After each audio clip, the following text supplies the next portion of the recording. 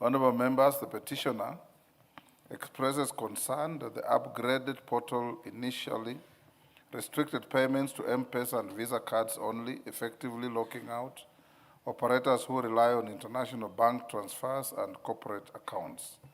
While a bank transfer option has since been added, it is reportedly unreliable and frequently non-functional. The petitioner further avers that the system has introduced a discriminatory 5% getaway fee. This charge is only disclosed at the final stage of payment, leading to unequal pricing for identical services and imposing an unbudgeted financial burden that has resulted in significant losses for industry players. The petition explains that these abrupt changes were implemented without adequate stakeholder consultation. This lacks the transparency required for fair administration action and undermines Kenya's competitive standing as a regional and global tourism destination. Honorable members, the petitioner states that they have attempted to engage both KWS and the Ministry of Tourism and Wildlife. However, no satisfactory resolution has been reached, and the detrimental impact on the sector continues unabated. The petitioner prays that this House recommends the immediate reinstatement of the previous e-citizen-based payment portal, pending comprehensive consultations with industry stakeholders, the abolition of the 5% gateway fee, which is viewed as economically punitive and procedurally unjustified. Honorable members, having established that the matter raised in the petition is well within the authority of this House, and further, that the matter raised in the petition are not pending before any court of law, constitutional or legal body, I hereby commit the petition to the Public Petitions Committee for consideration pursuant to Standing Order 208A. The committee is required to consider the petition and report its findings to the House and to the petitioner in accordance with the Standing Order 2272. I thank you. Next.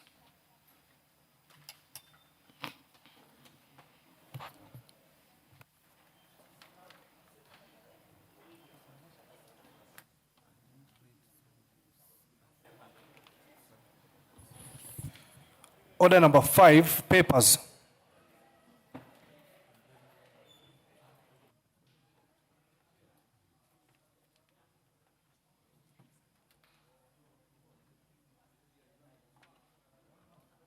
Majority Leader. Thank you, Honorable Majority Speaker. Leader. Yes, Honorable Speaker, I beg to lay the following papers on the table of the House today, Tuesday, 10th March 2026. A, the legal notice number 197 of 2025 relating to the Capital Markets Licensing Requirements General Regulations 2025, the explanatory memorandum, regulatory impact statement, and evidence of stakeholders' engagement from the National Treasury and Economic Planning. B, the legal notice number 3 of 2026 relating to the mining mineral royalty sharing regulations 2026, the report of stakeholders consultation on the Mining Act regulations, and the explanatory memorandum from the Ministry of Mining, Blue Economy and Maritime Affairs. And C, reports of the Auditor General and financial statements for the year ended 30th June 2025 and certificates therein in respect of 1, Agricultural Information Resource Center Revolving Fund, State Department for Agriculture. 2, Agrochemical and Food Company Limited. 3, Baringo National Polytechnic. 4, Bondo Technical Training Institute. 5, Bumbe Technical Training Institute. 6, Bura Rehabilitation Development Project Credit Number BADEA 0595, Kuwait 752, OPEC 1154P, National Irrigation Authority. 7, Bushiangala Technical Training Institution. 8, Chemelil Sugar Company Limited. 9, Communications Authority Universal Services Fund. 10, Digital Health Agency. 11, Ebukanga Technical and Vocational College. 12, E-Citizen Revenue Accountability Statement, the National Treasury. 13, Executive Office of the President. 14, Financial Statements of State Department for Sports. 15, Gulf Hotel Limited. 16, Government Press Fund. 17, Heroes Technical and Vocational College. 18, Human Resource Management Professional Examinations Board.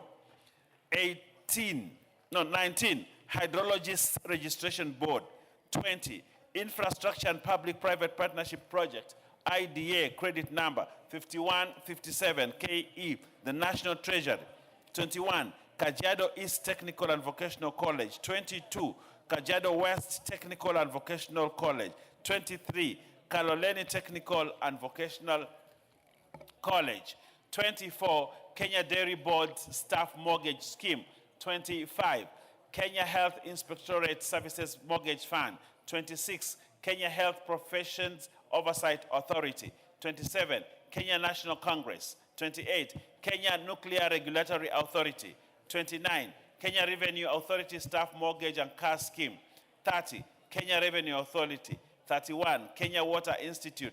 32, Kiptaragon Technical and Vocational College. 33, Lake Basin Development Authority. 34, Lake Victoria North Water Works Development Agency.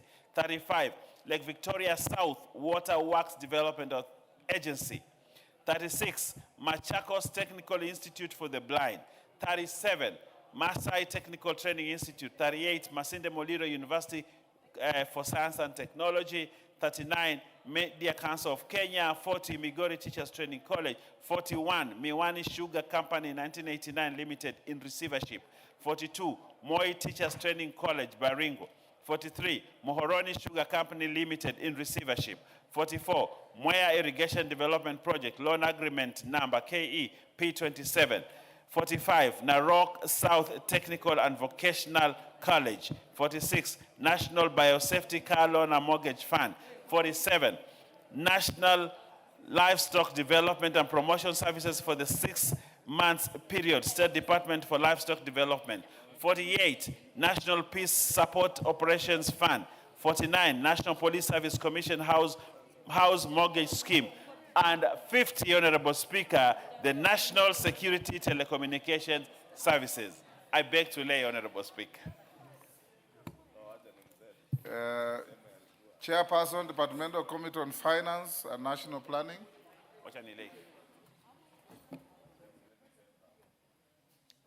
Shuria, you are holding brief? So I'm doing it. Okay, go ahead. Thank you, Honorable Speaker. Honorable Speaker, I beg to lay the following paper on the table of the House today, Tuesday, 10th March 2026.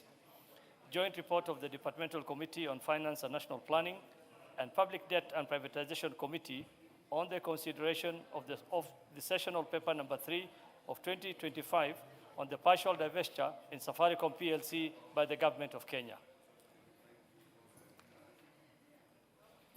Chairperson, Departmental Committee on Defense, Intelligence, and Foreign Relations. Nelson. Thank you, Honorable Speaker. Honorable Speaker, I beg to lay the following paper on the table of the House today, Tuesday, 10th, 2026. The report of the Departmental Committee on Defense, Intelligence, and Foreign Relations on the approval hearing of Mr. Kosiam Frank Awole Kibele Kenya as nominee for appointment as ambassador to Copenhagen, the Kingdom of Denmark. Chairperson, Budget and Appropriations Committee. Atandi.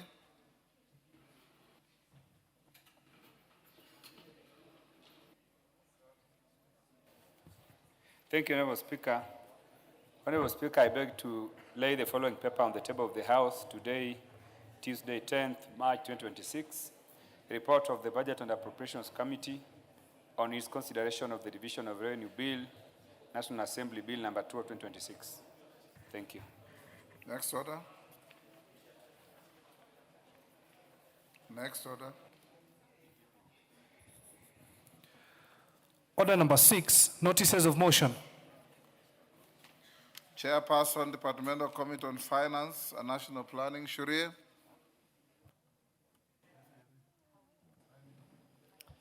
Thank you, Honorable Speaker.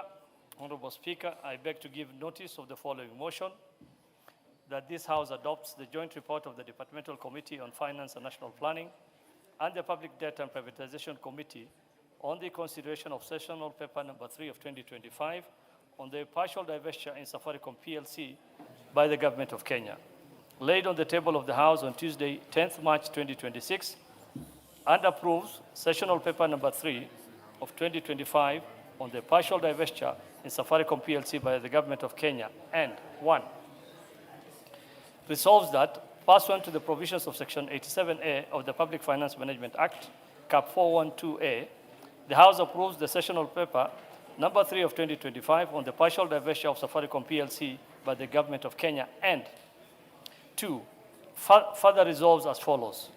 Effective date. 1, that the effective date for the approval shall be 1st April 2026 or such later date when all regulatory approvals that form condition precedents of Section 4.1 of the share purchase agreement shall have been completion upon obtaining all regulatory approvals. 2, that the Cabinet Secretary for National Treasury shall, upon obtaining all regulatory approvals in line with condition precedents in paragraph 4.1 of the share purchase agreement, undertake and complete the transaction through the block trade platform of the Nairobi Securities Exchange. Upfront payments to be made in lieu of future dividends. That the Government of Kenya shall receive Kenya shillings 40 billion and 200 million, that is 40.2 billion, as upfront payment in lieu of future dividends on the residual 20% shareholding as per the dividend purchase agreement. Proceeds to be paid into the National Infrastructure Fund. That, notwithstanding anything contained on the share purchase agreement and the dividend purchase agreement, the proceeds of the divestiture shall be paid into the National Infrastructure Fund. No redundancy of existing staff. That, to safeguard against loss of jobs for existing staff, there shall be no acquisition-related redundancies in Safaricom PLC. And preserve the existing business model with Safaricom PLC dealers, agents, and other business partners. That the Cabinet Secretary for National Treasury shall ensure that within 10 years of the divestiture, there shall be no material change to the current shared prosperity business model in Safaricom PLC that would prejudice the existing Safaricom PLC dealers, agents, and other business partners. I thank you, Honorable Speaker. Thank you. Chairperson, Departmental Committee on Defense, Intelligence, and Foreign Relations. Thank you, Honorable Speaker. This is to give a notice of motion on the approval hearing of a nominee for appointment as the Honorable Speaker, I beg to give notice of the following motion that, taking into consideration the findings of the Departmental Committee on Defense, Intelligence, and Foreign Relations in its report on the approval hearing of a nominee for appointment as Ambassador to Copenhagen, Kingdom of Denmark, laid on the table of the House on Tuesday, 10th March 2026, and pursuant to the provisions of Article 132E of the Constitution and Section 22 of the Foreign Service Act, Cap 185E, and Section 3 and 8 of the Public Appointments, that is Parliamentary Approval Act, Cap 7F. This House approves the appointment of Mr. Koisiom Frank Ole Kibele Kenya as the Ambassador of Copenhagen, Kingdom of Denmark.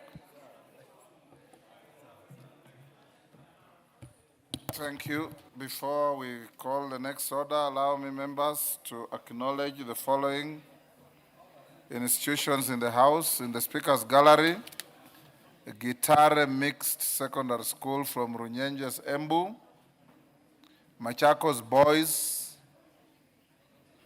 School from Machakos Town, Machakos, St. Benedict Ikuda Boys from Kitui South, Kitui. In the Public Gallery, Ngwata Primary and JSS from Mavoko, Machakos, Kirangari Boys High School from Kabete, Kiambu, Kianyaga High School from Gishugu, Kirinyaga.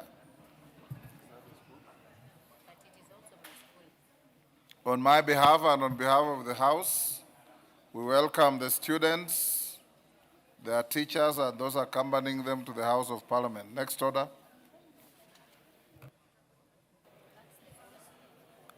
Order number 7, questions and statements.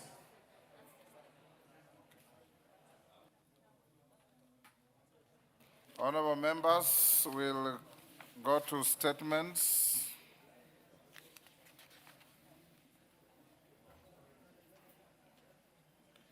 Rael Kasiwai, I saw a letter she was nominating somebody. to request for the statement. Was she nominating Moroto? Clerk, do you have that letter?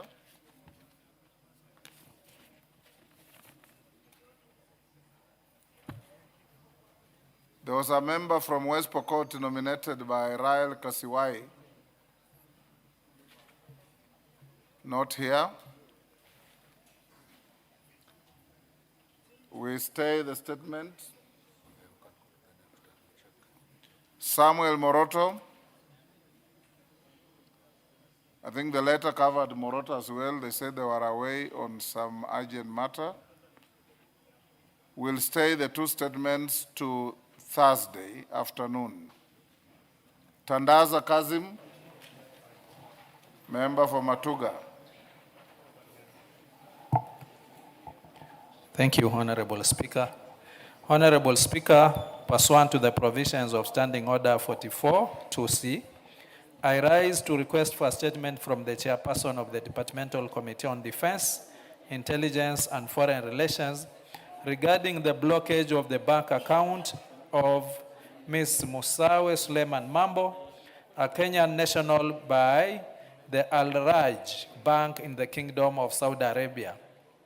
Honorable Speaker, Ms. Musawe Suleiman Mambo, passport number AK004 ending with 69, has been living and working in Saudi Arabia for the 2 years, in which period she opened and operated a bank account with the Al Raj Bank.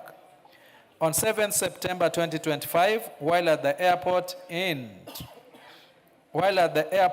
Saudi Arabia for her flight back to Kenya, she was able to access her bank account and transact without difficulty. However, on her arrival in Kenya on 8 September 2025, she has been unsuccessful in reaching the bank, which remains unresponsive, and no reasons have been given for blocking access to her account. The account holds her savings accumulated during her period of employment in the Kingdom of Saudi Arabia. It is unfortunate Yes, that... order, Tandaza. Yes, Yes. Wangwe, what's the point of order? Thank you, Honorable Speaker. Honorable Speaker, I don't intend to disrupt my very good friend, the engineer, but this house being a house guided by your own guidelines, according to your own judgment, Honorable Speaker, is the member properly dressed to address the floor? Which member? The one speaking, Honorable Speaker. Tandaza. Yes. Thank you, Honorable Speaker. I'm in my official kanzu, and as a Muslim, this is the way I'm supposed to dress, and on top I have, so I can't put a tie on a kanzu. I think it's just far from You are where in I a am. kanzu. For sure. Go ahead. Thank you, Honorable Speaker. Honorable Wangwe is used to seeing only white kanzus. No. Yes. A kanzu doesn't have to be white, Honorable Speaker. Will I start or proceed now with this interruption from Honorable Wangwe? Okay. Proceed where you stopped, you left. It is unfortunate that with her life savings locked and inaccessible, she is now unable to afford basic amenities, further exacerbating the economic challenges that she faces in settling back in Kenya. Honorable Speaker, it is against this background that I seek a statement from the chairperson of the Departmental Committee on Defense, Intelligence and Foreign Relations on the following. 1, the steps taken by the Kenyan Embassy in Saudi Arabia in collaboration with the relevant Saudi Arabian authorities, to facilitate the restoration of Ms. Musawe Suleiman's access to the bank account to allow utilization of her funds, and 2, the measures put in place to strengthen consular support for Kenyans working in the Gulf region, including assistance in financial disputes, documentation, challenges, and other forms of distress. I thank you, Honorable Speaker. Nelson Koech, when can you bring a response to that? As soon as possible, even tomorrow, Honorable Speaker. Just guide. On Tomorrow afternoon? Yes, I'll bring it tomorrow Excellent. afternoon. Your colleagues should work like that. did you have prior knowledge that there was such a statement coming? Honorable Speaker, this is the second time. Give Tandaza, yes, Tandaza? Yes, thank you, Honorable Speaker. I read this question before we went for recess last time, and from the table office, the answer has not been there. So I believe he could be having it somewhere, and therefore provide it. Nelson Koech, tomorrow afternoon. Thank you. John Makali, I'm informed the member is away in his constituents on an urgent matter. Doris Donya. Doris Donya, go ahead.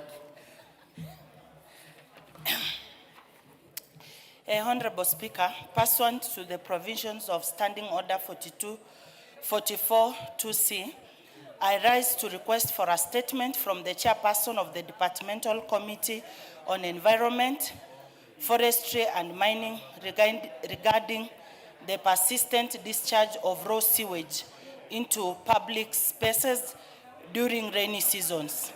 Honorable Speaker, it is unfortunate that there is a recurrent phenomenon where during heavy rainfall, raw sewage often overflows onto roads, residential estates, marketplaces, and other public areas.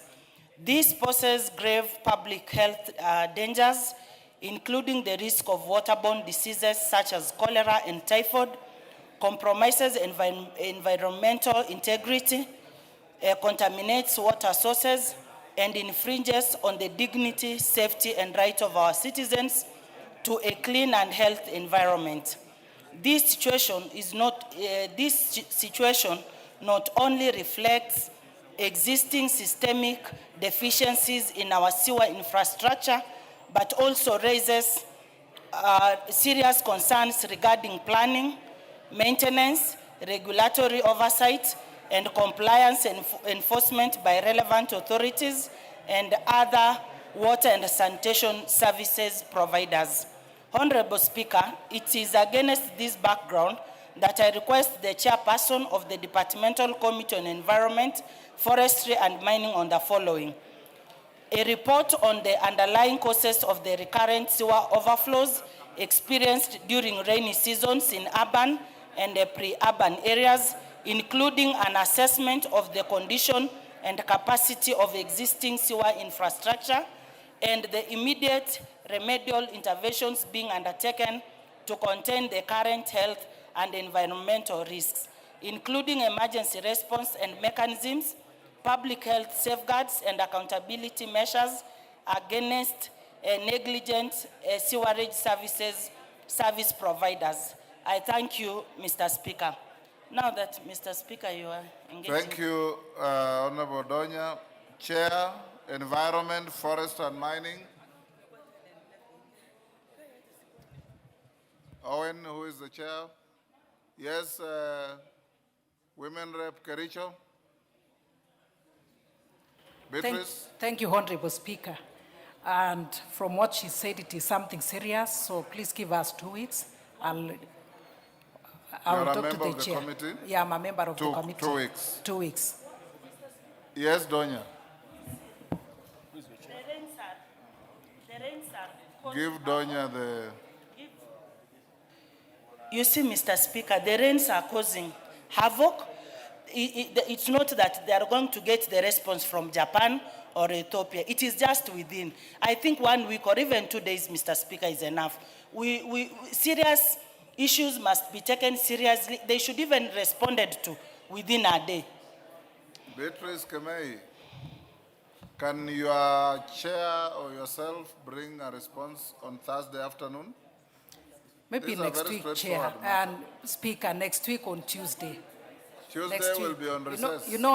Speaker, it is not one area, it is the whole country. So allow the chair to do it next week. Recess.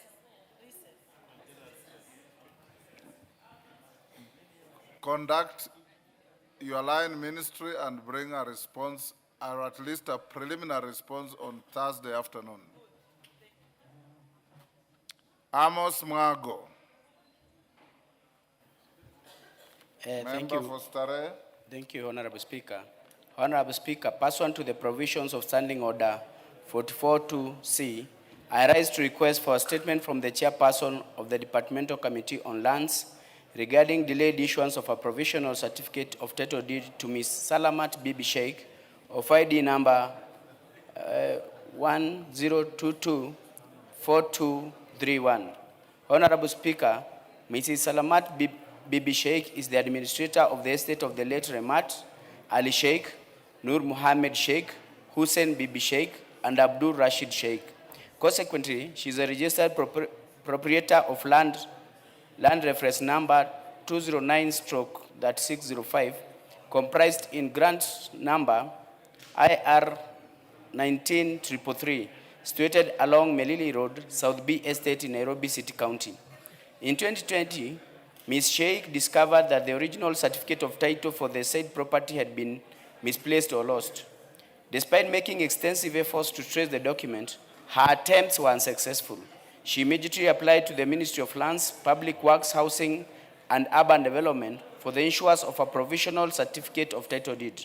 However, to her dismay, she was informed that even the provisional certificate of title deed was missing from the registry, and up to date, she is yet to be issued with a copy of this document. Honorable Speaker, it is deeply concerning that such a crucial document could be misplaced within the custody of the ministry. This prolonged delay has subjected Mrs. Sheikh to financial distress, as she has been unable to use the title as collateral for financing or to transact with the property in any meaningful way. Honorable Speaker, it is against this background that I request for a statement from the chairperson of the Departmental Committee on Lands on the following. 1. The circumstances surrounding the disappearance of the provisional certificate of title deed land reference number 209/3605 while under the custody of the Ministry of Lands, Public Works, Housing and Urban Development, and an indication of whether any efforts have been made to reconstruct the missing file. 2. Specific timelines within which Mrs. Salamat Bibi Sheikh will be issued with the provisional certificate of title deed. 3. Safeguards in place to secure the said land from potential irregular transfers pending reconstruction of the file and issuance of the provisional certificate of title. And 4.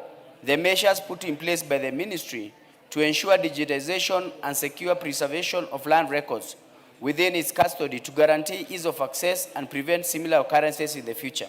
I thank you, Honorable Speaker. Chair Lands. Owen Bayer. I think I saw the Lands Committee in vetting meeting. The chair for Lands sits somewhere here. Chair Lands, can you instruct them to bring a response the first Wednesday after recess? Okay. Much obliged, Honorable Speaker. Thank you. Locha Kapong. Kasiwai. Now that you are here, start with your own statement. Yes, I'll do, Honorable Speaker. Then Morotos, then Lochas. I start with the one for Honorable Chakapong. Start with your own. Okay.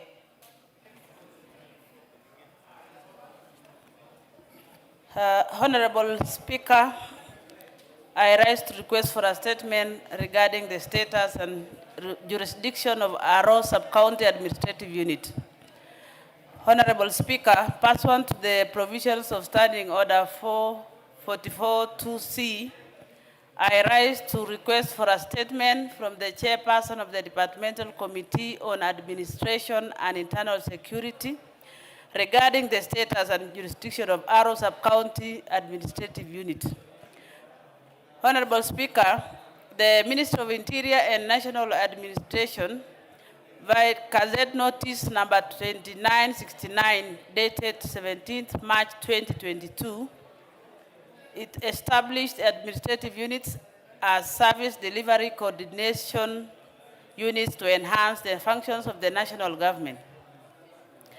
Among the 18 sub-counties created was Aro sub-county in Turkana County.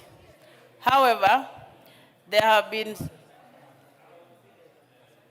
have since emerged concerns and disputes regarding the precise boundary between Turkana County and West Pokot County in Aro Sub-County. This situation has led to uncertainty among residents and contributed to challenges in coordination of security operations, delivering of public services, land administrative processes, and general communal relations. Honorable Speaker, it is against this background that I request for a statement from the chairperson of the Departmental Committee on Administration and Internal Security on the following. Number one, clarification on the officially recognized boundary between Turkana County and West Pokot County, particularly in relation to Aro Sub-County. Two, the measures being taken by the ministry to ensure seamless coordination in matters of security operations, service delivery, and administrative oversight in Aro Sub-County. And lastly, I want to know the steps being taken to safeguard land rights, prevent boundary-related conflicts, and promote social stability among communities residing in Aro Sub-County. I thank you, Honorable Speaker. On behalf Hold of... on, Kasiwai. Chair, Internal Security, Tongoyo, when can you bring a response? Can do on Wednesday, or it's on once we resume from recess. The first Wednesday? The first Wednesday, Speaker. Thank you. Samuel Moroto, Kasiwai.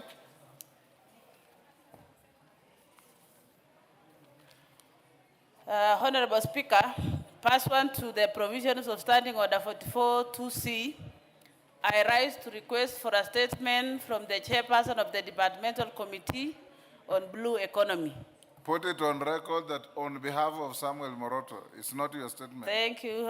On behalf of Samuel Moroto, the member for Kapenguria constituency, I rise to request for a statement regarding the implementation of the Takwel Lokichar Water and Irrigation Project under the South Lokichar Field Development Plan. Honorable Speaker, pursuant to the provisions of Standing Order 44-2C, I rise to request for a statement from the chairperson of the Departmental Committee on Blue Economy, Water and Irrigation regarding the implementation of the Takwel Lokichar Water and Irrigation Project under the South Lokichar Field Development Plan. Honorable Speaker, the Takwel Dam, located in West Pokot County, is a critical enabler of the South Lokichar Field Development Plan as the source of water and power infrastructure required for oil extraction, as well as for irrigation and domestic supply to communities along the Takwel Lokichar corridor. The FDP indicates that the planned distribution of the benefits from the project between Turkana and West Pokot counties includes access to treated water and large-scale agricultural development. However, it is noted with concern that while the dam and the key water abstraction infrastructure are situated in West Pokot County, the bulk of the irrigation expansion allocated to Turkana County, while West Pokot County is allocated less acreage despite hosting the primary water source. This situation raises serious concerns regarding equity, fairness, and proportional benefit sharing in the utilization of the natural resource and benefits to local communities. It is expected that the Takwel Lokichar transmission system will convey water to designated centers and communities along the pipeline route with multiple off-take points to support domestic use. However, clarity is required regarding the full cost implications of the transmission pipelines, the specific beneficiary communities, and the criteria applied in allocating irrigation acreage and water infrastructure between the host counties. Honorable Speaker, it is against this background that I request for a statement from the chairperson of the Departmental Committee on Blue Economy, Water and Irrigation on the following. Number one, a report on the cost estimates for the Tarkwa-Lokichar transmission pipelines, including the criteria used in identifying the designated beneficiary communities. Two, a report detailing the specific communities in West Pokot County that will benefit from the treated water transmission system, including the number of off-take points and the volumetric allocation guaranteed to residents of West Pokot to support domestic use. And finally, the measures put in place by the Ministry of Water, Sanitation and Irrigation to ensure West Pokot County, as the primary water source, receives its proportional share from the project in terms of irrigation acreage, water abstraction, and associated infrastructure development. And I thank you, Honorable Speaker. Thank you, Chair, Blue Economy. Bowen, when can you respond? Mr. Speaker, I don't know if, because the Honorable Moroto is not here, this is something we discussed with the ministry, and even I have the answer straight away. It's only that the Honorable she's asking on behalf of Moroto, who is not in. But Speaker, Kasiwai, when is Honorable Moroto going to be here? Are you ready to take the answer? Honorable Speaker. So, yes. Okay, Bowen, tomorrow. Tomorrow afternoon. Afternoon. Thank you, Mr. Speaker. In fact, we can load it to tomorrow morning. Kasiwai, you'll be here tomorrow morning on behalf of Honorable Moroto? Yes, I will, Honorable Speaker. Clerk, put that response to tomorrow morning. Kasiwai, on behalf of Lochakapong. On behalf of Honorable Peter Lochakapong, the MP for Sigor constituency, I rise to ask or request for a statement regarding transport and road safety concerns arising from the operations of Simtech Limited in Sebit in West Pokot County.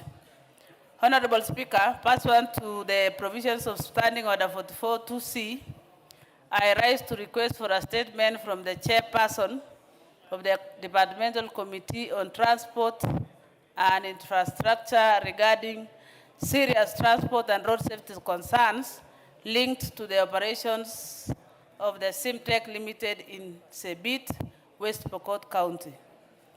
Honorable Speaker, Simtech Limited is a cement manufacturing factory operating in West Pokot and officially Sebit area. Whereas the company serves as a key economic enabler in the region, heavy commercial trucks belonging to the company are allegedly driven carelessly, leading to frequent road accidents and near miss incidences. The absence of adequate traffic control measures in the area has reportedly worsened the situation, thereby exposing residents and other road users to heightened risk.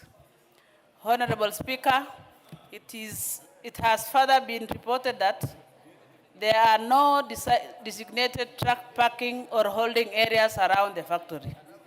Due to this, trucks are dangerously parked along public roads within Sebit area, causing traffic congestion, obstructing access routes, and increasing the livelihood of accidents. This uncontrolled parking has created serious danger to motorists, pedestrians, school children, and traders undertaking their daily activities within the town. Numerous complaints to the management of Simtech company and local authorities have borne no results. Honorable Speaker, it is against this background that I request for a statement from the chairperson of the Departmental Committee on Transport and Infrastructure on the following. 1, the action being taken by the Ministry to investigate and address the resulting road safety concerns in and around Sebit. And 2, the reasons for the absence of designated truck parking or holding areas around the factory. I thank you, Honorable Speaker. Chair, Transport and Infrastructure, GK.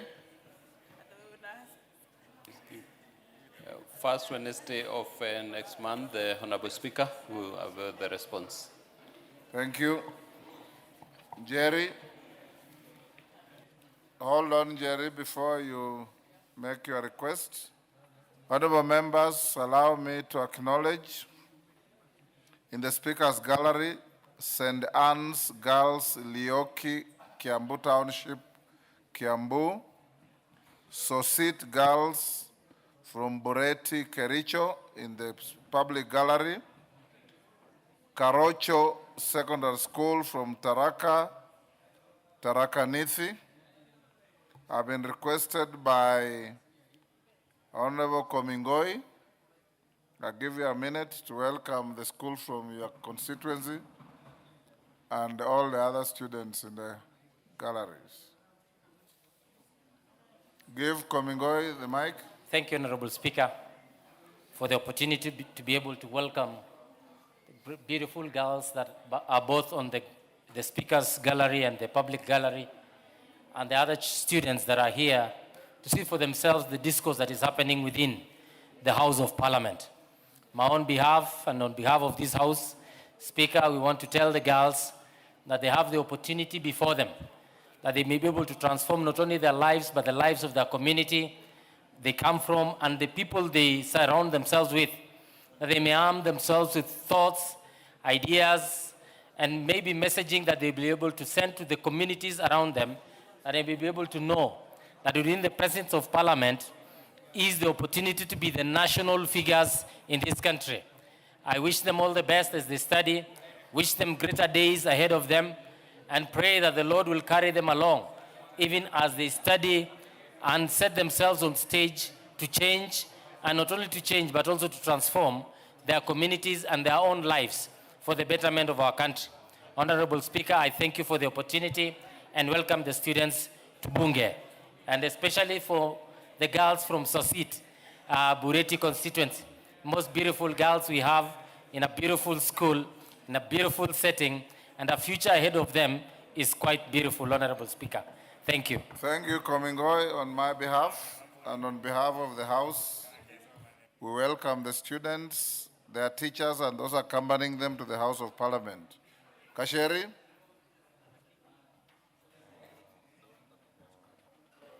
Thank you, Honorable Speaker. Honorable Speaker, pursuant to the provisions of Standing Order 44-2C, I wish to request for a statement from the chairperson of the Departmental Committee on Education regarding the safety of learners at Kerugoya School for the Deaf. Honorable Speaker, on 2nd March 2026, a teacher at Kerugoya School for the Deaf was arrested following allegations of defilement of an 8-year-old female pupil at the institution.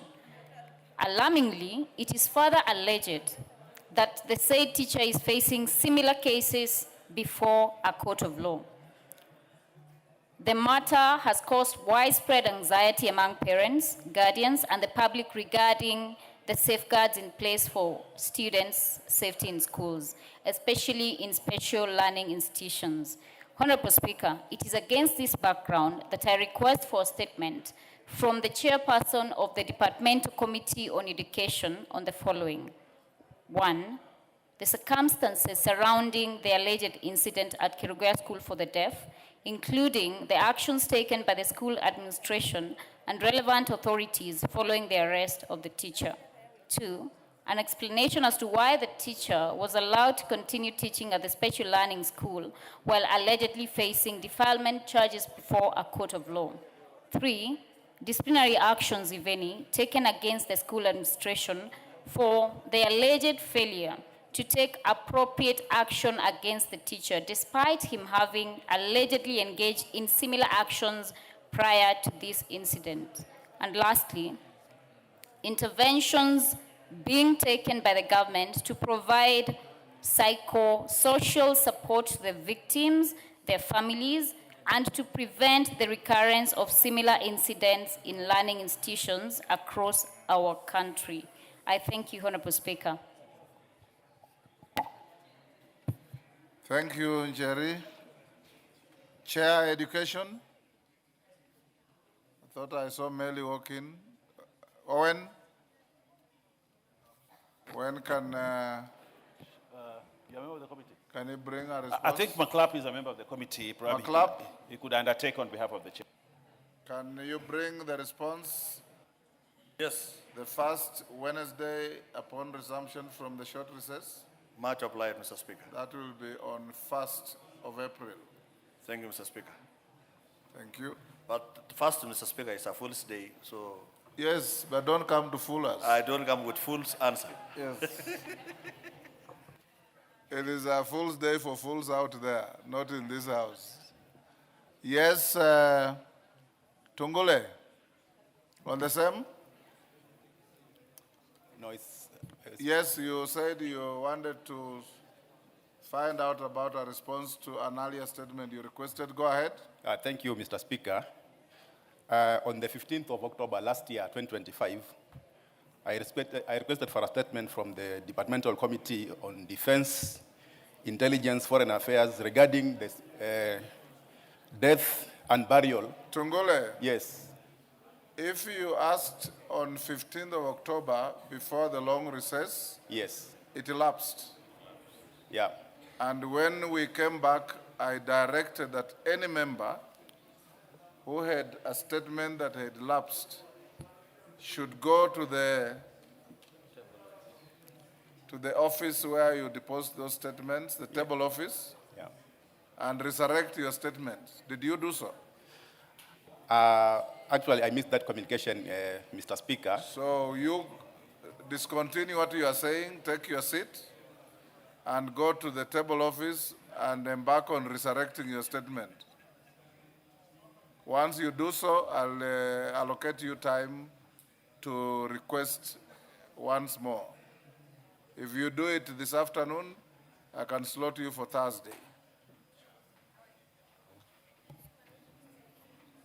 Allow me, honorable members, to also acknowledge in the Speaker's Gallery Kabare girls from Gishugu, Kirinyaga. I've been asked by Kasheri to welcome the students. She says she went to that school. Kasheri? Thank you, Honorable Speaker. It is indeed an honor to welcome the girls to the 13th Parliament. And I just want to encourage them and tell them that I was once a student at Kapare Girls. My dormitory was Longonot. We used to call it Long T. And I used to be the music captain. So I also used to offer some entertainment if you talked to me nicely. So I want to tell them that we are here because this country and the 2010 Constitution has afforded women to be leaders. And it has given a clear guideline that once women are given the opportunity, they can lead and they can perform. We have governors who are female, and I know for a fact that in the near future we will have a female president. If it is not one of us on this floor today, it must be one of you girls seated up there. So please put in the hard work. Remember to protect your dignity. Remember that we are doing this to shape the path for you. God bless you. You've said everything except welcoming them to Parliament. Yes. Did you? Thank you, Kasheri. Next order. Honorable members, those who have an interest in the issue of the policy on hardship areas, the Prime Cabinet Secretary was supposed to come to the House tomorrow to give a statement on the issue. I've received communication that is out of the country, and therefore, Owen Bayer, you organize with your office to have him here the first Wednesday on resumption after the short recess. That Wednesday will be 1st April. Much obliged, Honorable Speaker. Next order. Order number 8, motion, consideration of the 2026 budget policy statement. Question to be put. Members at the bar, take the nearest seats.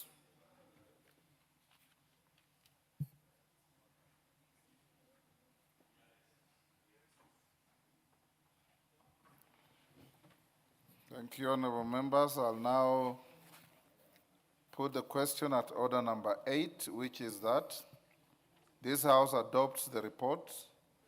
Order.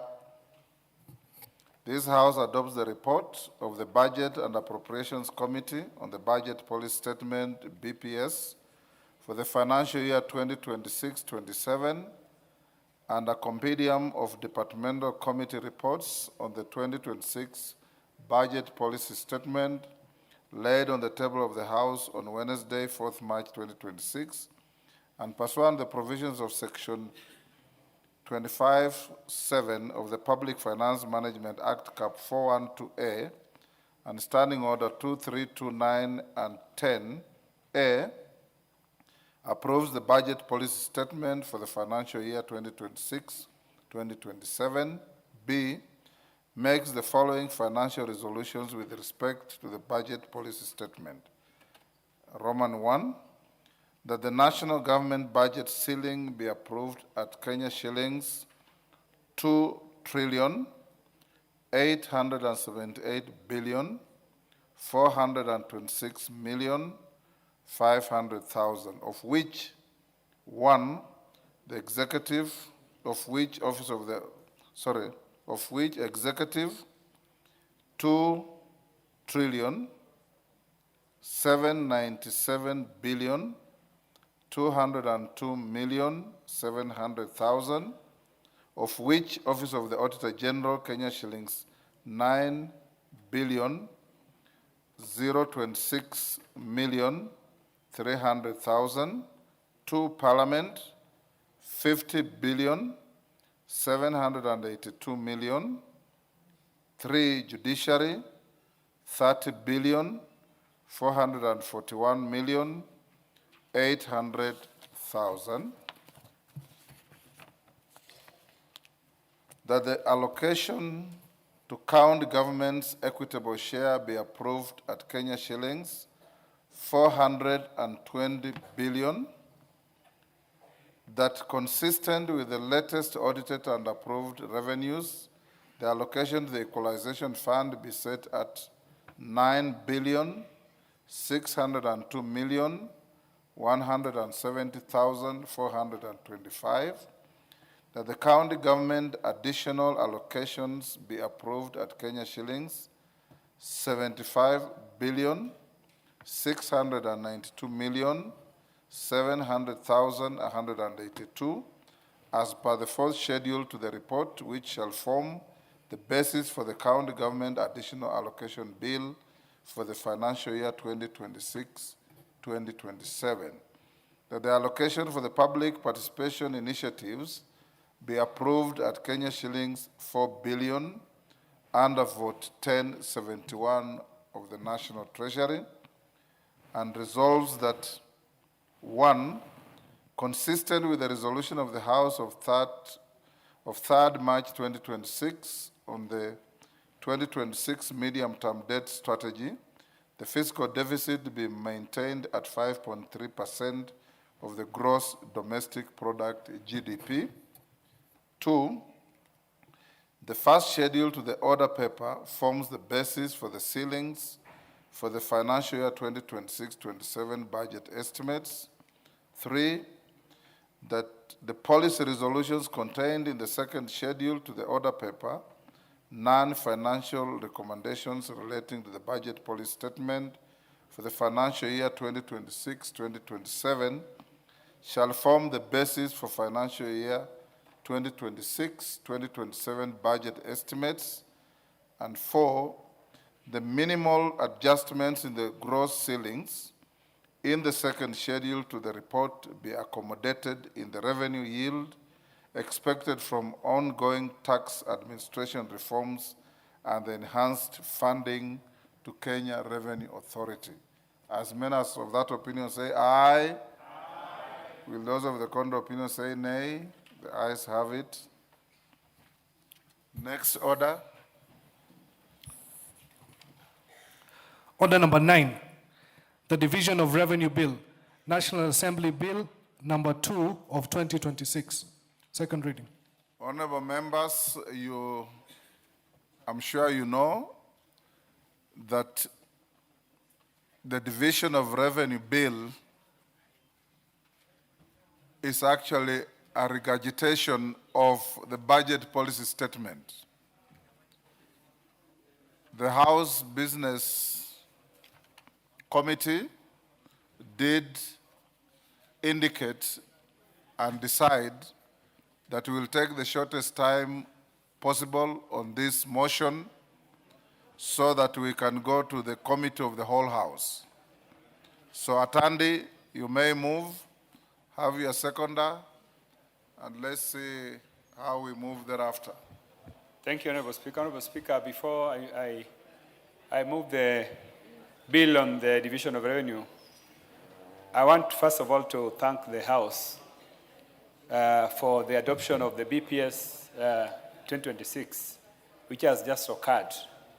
Honorable Speaker, the adoption of the BPS now paves the way for consideration of the Division of Revenue Bill. And Honorable Speaker, Division of Revenue Bill, essentially the main purpose of the bill is to share nationally raised resources between national government and the county government. And Honorable Speaker, the formula for sharing is based on the most recent audited accounts. Honorable Atandi, I prefer that you have no preamble to moving the bill. Okay. Just move the bill. Okay, thank you. So, Honorable Speaker, I would like just to make a few remarks before I move the bill. That's what I'm discouraging you from doing. Okay. You can make those few remarks within the context of moving the bill. Okay. Honorable Speaker, I beg to move that the Division of Revenue Bill 2026 I beg to move that the Division of Revenue Bill, National Assembly Bill number 2 of 2026 be now read a second time. Thank you. Honorable Speaker, I beg to move that the Division of Revenue Bill, National Assembly Bill number 2 be now read a second time. Thank you. Honorable Speaker, just like I mentioned, the purpose of this bill is to allocate resources raised nationally between the county government and the national government. Honorable Speaker, having now adopted, the House having adopted the BPS 2026, now it is the turn of the House to consider this bill. Honorable Speaker, this bill, Division of Revenue Bill, is anchored on Article 218, and it has very, very specific timelines. The law says that the bill must be passed 2 months before the end of the financial year. Honorable Speaker, this bill is aligned with that, the requirement of the Article 218. Honorable Speaker, the consideration of this bill must meet the contents of the Article 218, which also outlines that, Honorable Speaker, we must peg it on the most recent audited accounts of revenues. Honorable Speaker, for this case, the most recent audited accounts of revenues, which has already been passed by the House, is the revenues for 2022-2023 financial year. Honorable Speaker, I also would like to add that the schedule of the bill provides that the total shareable revenue for the year 2026-2027 is estimated at 2,901,874,751,144. And the allocation is as follows. One, national government share is 2,472,272,587,719. County government equitable share 420 billion. Equalization Fund, 9,602,170,425. Honorable Speaker, I just want to emphasize that as we consider this bill, I must indicate that the sharing is a vertical sharing. The sharing is a vertical sharing, and as I've said, the most recent audited revenues are those for the financial year 2022-2023. Honorable Speaker, this bill also contains the Equalization Fund. Honorable Speaker, under Article 204 sub 1 of the Constitution provides that 0.5% of the revenue collected by the national government each year, based on the most recent audited and approved accounts of revenue by the National Assembly, be paid into the fund. Honorable Speaker, the law requires that before we consider any bill, we must engage in extensive public participation. And I would like to report to the House that the Budget and Appropriations Committee did engage in extensive public participation, and we were able to talk to various institutions, including the Council of Governors, the Commission of Revenue Allocation, the Intergovernmental Relations Technical Committee, IGTRC, Intergovernmental Budget and Economic Council, IBEC, and we also spoke to the National Treasury, among other stakeholders, Honorable Speaker. And this report is based on the input that we received from those stakeholders, Honorable Speaker. Honorable Speaker, we received also memorandum from other stakeholders, including the private sector and the civil society. Honorable Speaker, as you rightfully said, that this bill is aligned to the BPS statement which you have just passed. Therefore, I would not like to engage in more further discussions because this bill mirrors what was discussed. And Honorable Speaker, we engaged in extensive discussions when we were going through the BPS last week. So, Honorable Speaker, I don't want to spend more time. I just want to indicate that National Treasury has been meeting the arrears of the Equalization Fund over the years, that we have not been able to factor in all the arrears. So in this bill, there's an allocation of 5.6 billion, which is going to be partial payments of arrears to the Equalization Fund, which now brings the total allocations to the fund at 15.2 billion for the financial year 2026-2027. Honorable Speaker, Article 218, sub 2 of the Constitution, and Section 191, sub 5 of the PFM Act require the National Treasury to give reasons for any deviation between their proposal for equitable revenue sharing between the two levels of government and the CRA proposal. Honorable Speaker, CRA had proposed 454 billion as shareable revenue to counties, while National Treasury proposed 420 billion in the bill. Now, the deviation, Honorable Speaker, reasons given for the deviation on revenue sharing include the following: that National Treasury projects the shareable revenue for 2026-2027 at 2.901.9 trillion, whereas CRA has a revenue projection amounting to 2.982 trillion. Honorable Speaker, this is a difference of 80.9 billion. The National Treasury attributed their comparatively modest revenue projection to major economic shocks that are likely to negatively affect forecasted revenue in 2026-2027, whereas CRA projection is based on yearly revenue growth. To equitable share, Honorable Speaker, the National Treasury proposes to allocate 2.472.3 trillion to the national government, 420 billion to county government, and 15.2 billion to Equalization Fund. This is inclusive of 5.6 billion in arrears, whereas CRA proposes allocation of 2.512 trillion to national government and 9.6 billion to the respective institutions. Honorable Speaker, the CRA recommendations are partly informed by high estimated shareable revenue and the inclusion of attendant total resources for remuneration to UHC workers. Honorable Speaker, UHC workers, these are workers that were hired when we had the crisis of COVID crisis. So, Honorable Speaker, their pay is normally factored in the county additional allocations bill. But Honorable Speaker, the CRA recommends that these resources be moved as part of county share of allocations. So, Honorable Speaker, this means that their recommendation is higher than what the National Treasury has proposed, because National Treasury has proposed that the resources be retained under the county government additional allocations bill. Honorable Speaker, as I wind up, I would like to say that just like we said it when I was considering the BPS, that we are hoping that this financial year, the coming financial year, we are likely to raise more resources because of the reforms that have been recommended for KRA and the resources that have been allocated way above what they have been given in the past. So, Honorable Speaker, if in case we are able to achieve those resources, then maybe we will be able to add more resources to counties. But, Honorable Speaker, because of previous cases where we have not been able to meet our revenue projections, I cannot be optimistic at this stage that we are able to allocate counties more resources. Honorable Speaker, of course, there are also other political factors that must be considered when we will be going to the division of revenue, when we will be going to the mediation between the Senate and the National Assembly. Then the other factors will be considered. I'm listening to my leader, the Honorable Junet Mohamed, and I want to assure you that this is part process of going through the sharing of resources. And there are other more stages that are going to come ahead of us.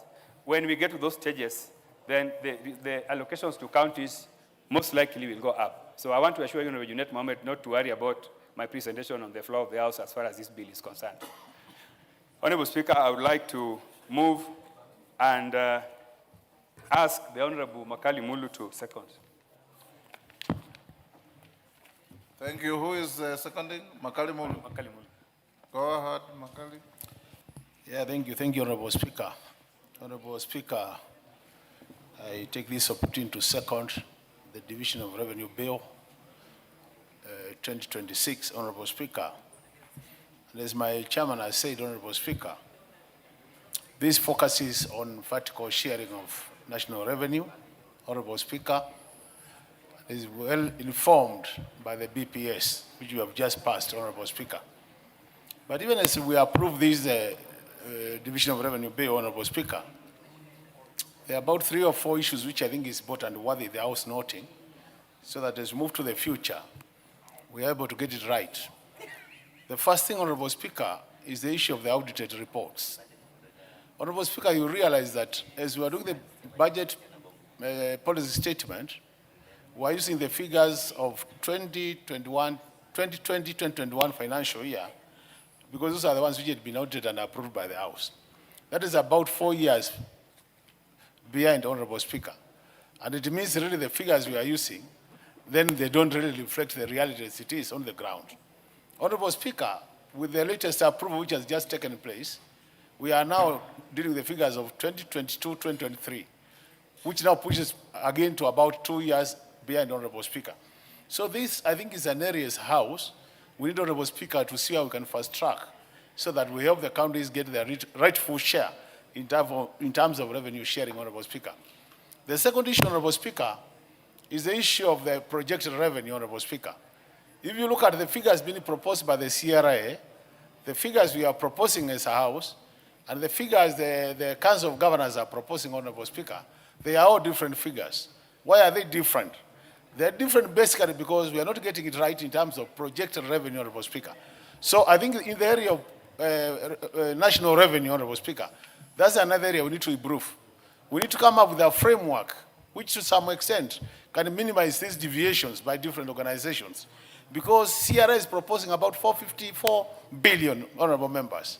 And now we are proposing 420. And when you look at the analysis, the difference is basically because of the revenue figures. So I think we really need to get it right.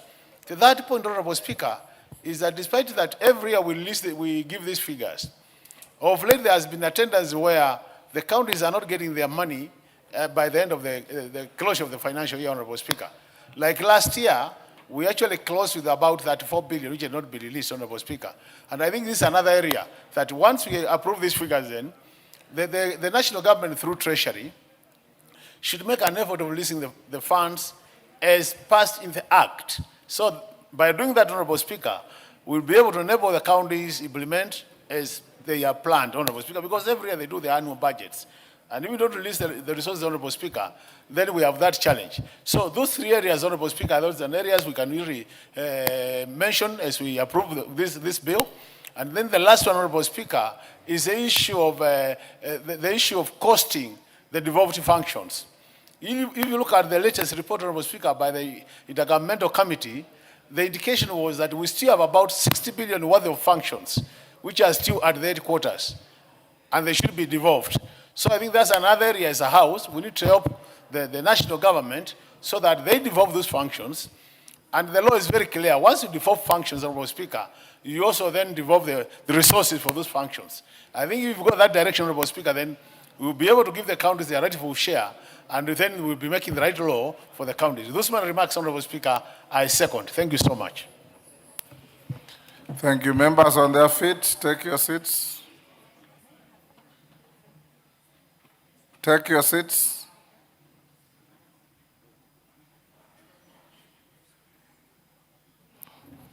Honourable members, I'll now propose the question at order number 9, which is that the Division of Revenue Bill, National Assembly Bill number 2 of 2026, be now read a second time. Yes, Owen?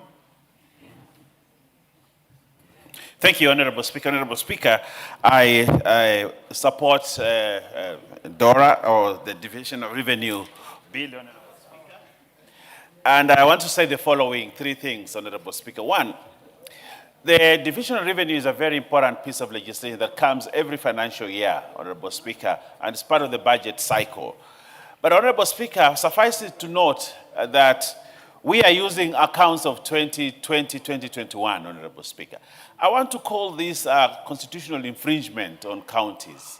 Because if we were using the current accounts, Honorable Speaker, probably these counties would get more money. But you see, we are using accounts that have been, they are 4 years late, and therefore denying counties. To whom are you complaining? No, I'm not complaining, Honorable Speaker. I also heard Makali Mulu saying the same thing. I will put the blame on the right place, Honorable Speaker. I'll put the blame on the right place. Just allow me to proceed. Go on. Because, Honorable Speaker, these accounts get audited and they come to a committee, Honorable Speaker, committee of this House. And I think the committees of this House, especially the audit committees, Honorable Speaker, need to work faster so that we are up to date. And I think that would be a legacy for this Parliament. Whatever we can do, Honorable Speaker, so that we can fast track and bring the accounts, the audited accounts, up to date, Honorable Speaker, it will be helpful, Honorable Speaker, to this country, and it would help to anchor devolution properly. The second thing I want to address, Honorable Speaker, is the issue that happens at the counties, especially on the issues of pending bills. And I keep on asking myself, why are we accruing a lot of pending bills in the counties? Is it because Treasury releases funds late? Is it because of the exigencies of the governors and county governments, Honorable Speaker? Or where is the problem? And why is it that we as a country are not properly addressing pending bills at the county government? Because, you see, I have seen deliberate efforts at the national level, Honorable Speaker, to address the issue of pending bills. And I think on the road sector, the national government has done very well to pay off the pending bills. But each year, Honorable Speaker, we have an increase of pending bills in counties, Honorable Speaker. Much as we give them money, Honorable Speaker, and we decide on the funds, Honorable Speaker, we actually need to.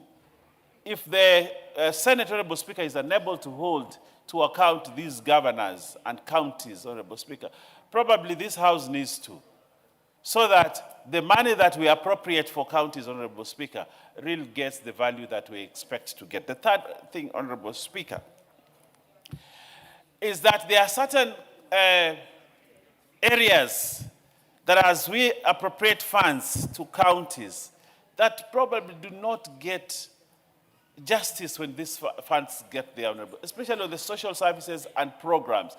Every county wants to build this road, wants to do this, but they forget that there are certain services, like health services, like education, especially for ECDs, Honorable Speaker.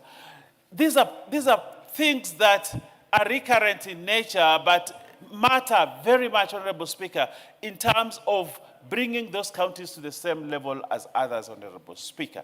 And I think these are issues as we appropriate funds that we need to tell those that we give the funds to, especially the Division of Revenue and the money that goes to the account. We want more accountability. We want more proper usage. We want efficiency in the usage of funds as they go there, Honorable, to the county, Honorable Speaker. Honorable Speaker, I support. Thank you, Honorable Speaker, for giving me this opportunity to contribute to the Division of Revenue Bill, which is a routine annual bill as provided for in the Constitution of Kenya 2010. Honorable Speaker, as I support, allow me to make 2 comments on the same. I want to reiterate the comments by the whip plus Dr. Makali Mulu on the issue of the accuracy of the data that we are using for the division of revenue between the national government and the county government.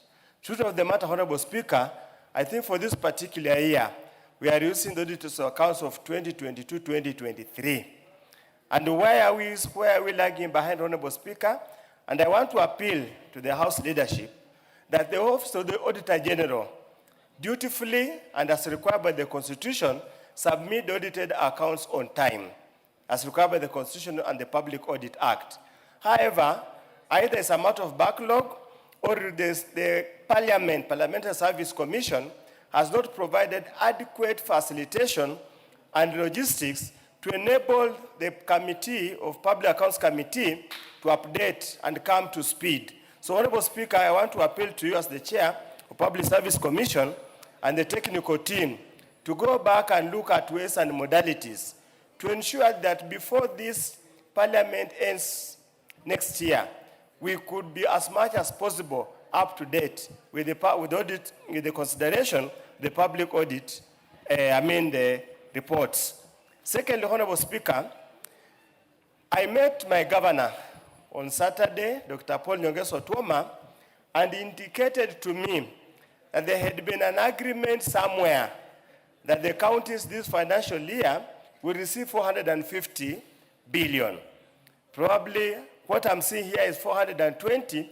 Probably off record, I'll ask my neighbor, the chairman of Budget Appropriation Committee, to explain to me, because the expectations outside there, that because of the ongoing discussion, that the amount is going to be taken 450 billion, so that we can have truly interest devolution as was required, or as expected in the NADCO report and the 10-point agenda. That's a debate. I leave the people of Kenya to have a discussion on the same. Honorable Speaker, the issue of delayed disbursement again keeps on recurring. Many of the governors are routinely complaining, it's either by design or by happenstance, that the money is either delivered or disbursed the very last day, which makes it impossible to absorb the same, or they never disbursed on time. Honorable Speaker, that's the sentiment. How factual it is, that's how we can check on the disbursement schedule from the National Treasury. However, Honorable Speaker, I've heard somewhere today in some report that alleges that all counties receive their monies timeously and the devolution has been entrenched. Honorable Speaker, I find it very interesting that we could be talking at cross purpose, so probably also leave it to the people outside the Kenyans to determine who is telling the truth. Are they the Council of Governors or some fund reports that is circulating in the social media arising out of some committee that has presented some report? Honorable Speaker, thirdly, on the issue of accountability, the bleeding and the hemorrhage in the counties still remains one of the biggest problems. One of the biggest problems. Yet we have institutions charged with oversight in the counties, county governments, that's the respective county assemblies, the Senate. We have bodies charged with ensuring this accountability, that's the EACC and the other investigative bodies. The question we beg on asking, do we lack capacity? Do we lack political goodwill? Or is it because the governors have now have very close relationship with the national executive that are being shielded from prosecution so that we can feel the weight of devolution as envisaged by Baba Raila Amolo Odinga. Honorable Speaker, as I conclude, the issue of pending bills remains a monster that we must find a way of getting solved. Counties are unable to provide or pay their bills on time. Because of this regard, the amount of suffering the suppliers are going through, the contractors are going through, plus their families, is becoming unbearable, and this is making this devolution, people start to regret, was there devolution required or not? With those few remarks, Honorable Speaker, I support the bill, and I hope the intransigencies we normally find when you go for mediation will not happen this time round, because sometimes it is tough. Thank you, Honorable Speaker. Bowen.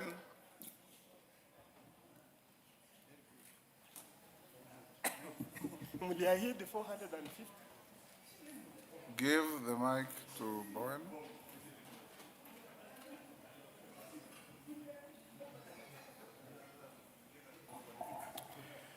Thank you, Mr. Speaker, for giving me this opportunity to contribute to the Division of Revenue Bill.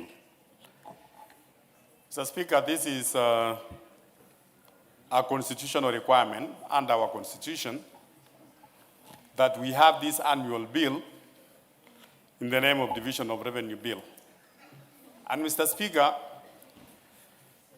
it is very important as a House that we approve this bill because, Honorable Speaker, as you know that the bill will enable the counties to plan their budgets. Mr. Speaker, once this bill is approved, the counties, including the county assemblies, they will be able to plan their budget based on what they are going to receive from this Division of Revenue Bill. Mr. Speaker, the Division of Revenue Bill operationalizes devolution by ensuring, Mr. Speaker, that the counties receive their funding and make sure that there is an equitable development across the counties. And Mr. Speaker, as we do this as a House, as a National Assembly, Mr. Speaker, this bill, once approved, will be taken to the Senate. And Mr. Speaker, you will find sometimes that at the Senate, they want to amend the bill to increase what this House or what the Budget Committee has provided that is going to be the shareable revenue for the counties. Yet, Mr. Speaker, as a country, we need to work within our budget, what we have. We share what we have. We cannot budget what we don't have, Mr. Speaker. So, and even, Mr. Speaker, as we approve this bill, we would want to see that all the monies which are going to the counties, we would want to see our improved health centers, the county hospitals, because this is basically, Mr. Speaker, as to why we are appropriating these resources to the counties. But sometimes you go to the counties, Mr. Speaker, you go to an hospital, many people, many patients who are going to the county hospitals, and then you will find that when they are there, they are told they are not medicine or drugs in those hospitals. They are given prescriptions to go and buy outside, to look elsewhere. So there must be an accountability, Mr. Speaker, on the monies we are giving out to the counties. Mr. Speaker, from the pending bills we have as a country, and the Budget Committee Chair is here, will tell you that the big percentage of the pending bills we have as a country is also at our counties. The counties, they are not paying suppliers, especially when there is a successive, regime, or when there is a change of regime at the counties. Once a new governor comes in, Honorable Speaker, he comes and starts a new projects altogether, and the projects which were initiated by the previous governor gets told, Mr. Speaker, government exists by perpetuity, Mr. Speaker. Whoever comes in must be able to proceed to make sure that the projects which were started by the previous governor must be completed, because the contractors at the counties are Kenyans. These are people who have gone to the banks to borrow some loans and to do business with the counties. So, Mr. Speaker, as we work on, as a house, to approve this bill, there is need for our friends at the Senate to make sure that they hold the governors accountable of these resources we are giving them. So, Mr. Speaker, I just want to ask also our county assemblies. They are the first line of oversight. But you will find that our county assemblies, they are in bed with our governors. So we want to ask our county assemblies to make sure that our governors are accountable to the county assemblies, so that the resources which we are giving them, we are appropriating them, and this in this house and as a parliament, Mr. Speaker, goes towards helping our people. With those many remarks, I support, Mr. Speaker.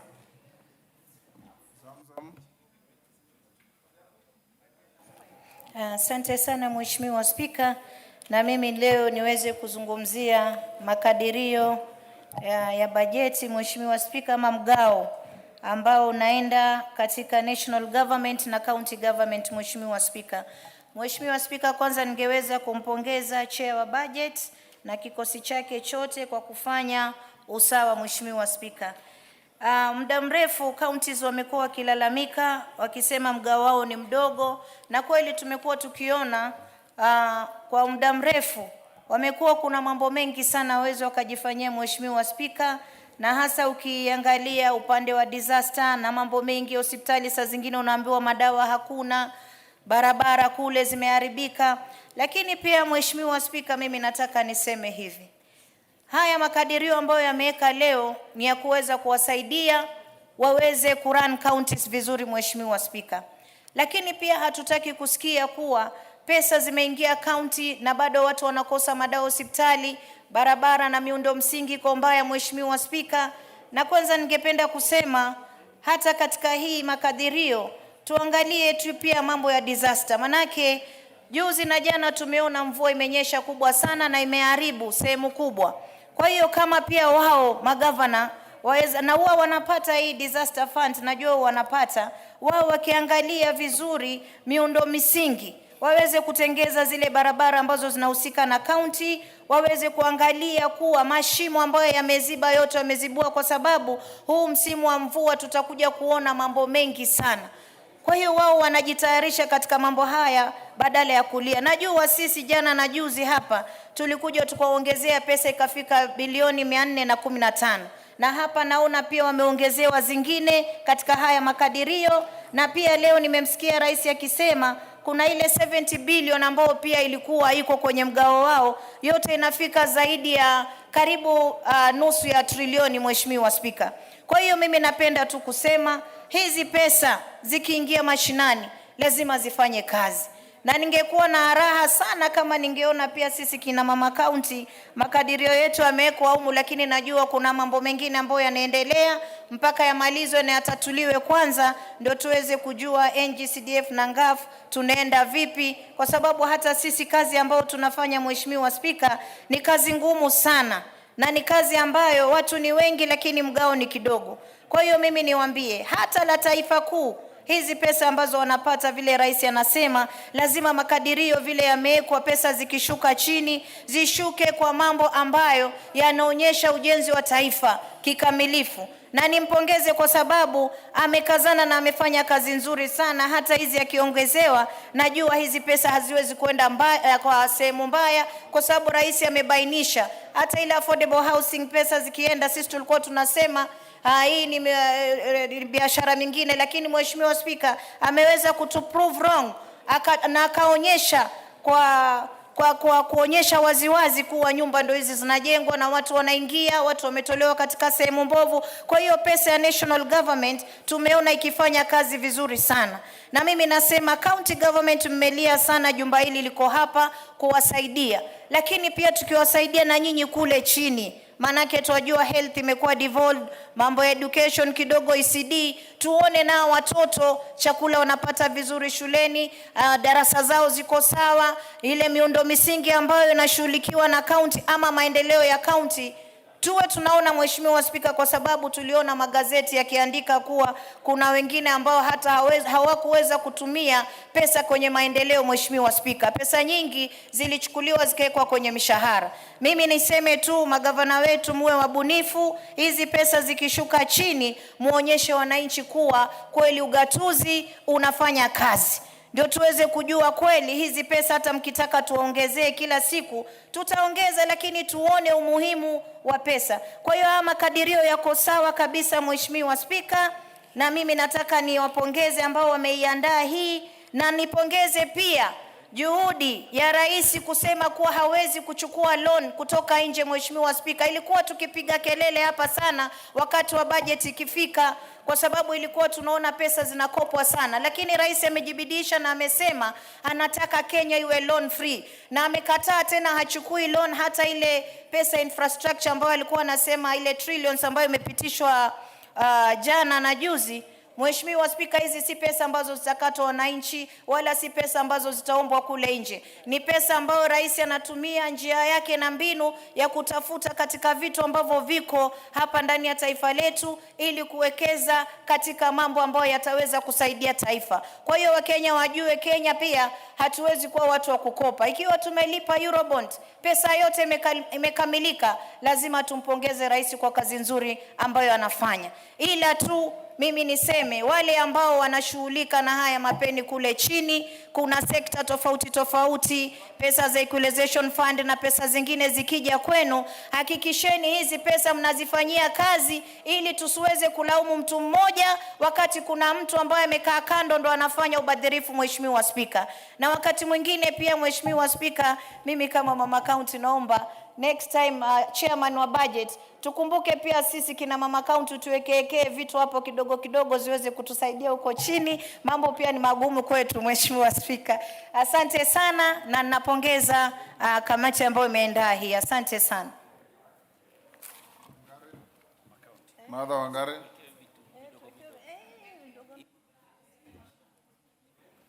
Thank you, Mr. Speaker. Mr. Speaker, as I write to support this bill, I want to note, Mr. Speaker, that this House has dutifully undertaken its duty in DORA every year, Mr. Speaker, to ensure that money reaches the counties at the right time.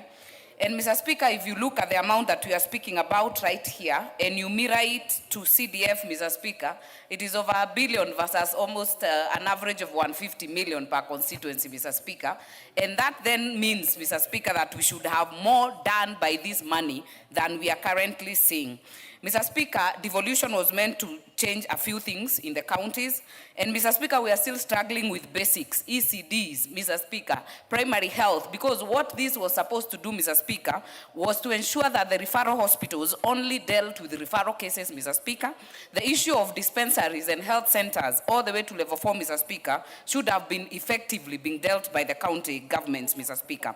Mr. Speaker, to ease the problems that we have in Kenyatta, in MTRH, in Eldoret, Mr. Speaker, we would by now have ensured that issues like immunization, HIV management, Mr. Speaker, typhoid, common colds, they should not get their ways to Kenyatta, Mr. Speaker, because at any level, at the dispensary, at the health centers, these issues will be sorted.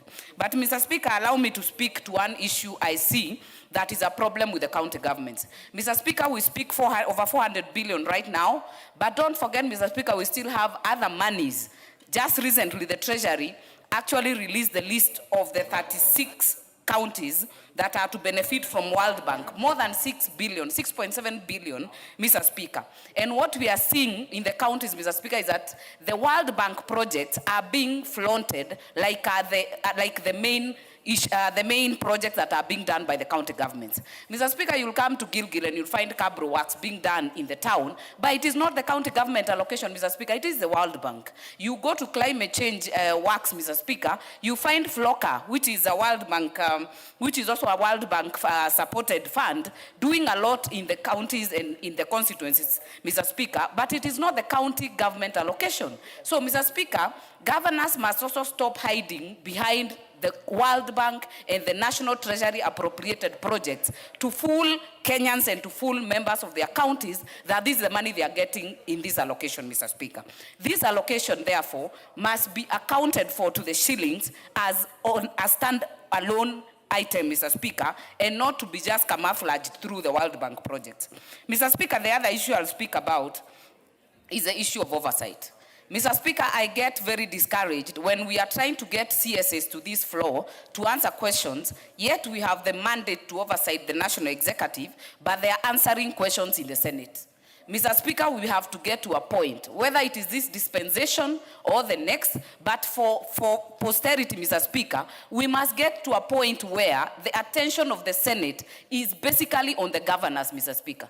The appearance of the CSS in the Senate has derailed that mandate, Mr. Speaker. So they end up spending all the time, and Mr. Speaker, they do not answer to them in matters of budget. They cannot even have a censure motion or an impeachment, Mr. Speaker, because their mandate is limited. Mr. Speaker, we have to get to a point where the governors know that when the questions are asked in the Senate, they are able to answer. That way, Mr. Speaker, we'll be able to get the county governments to be accountable and to ensure that we have that we have actually streamlined what the county governments are supposed to do.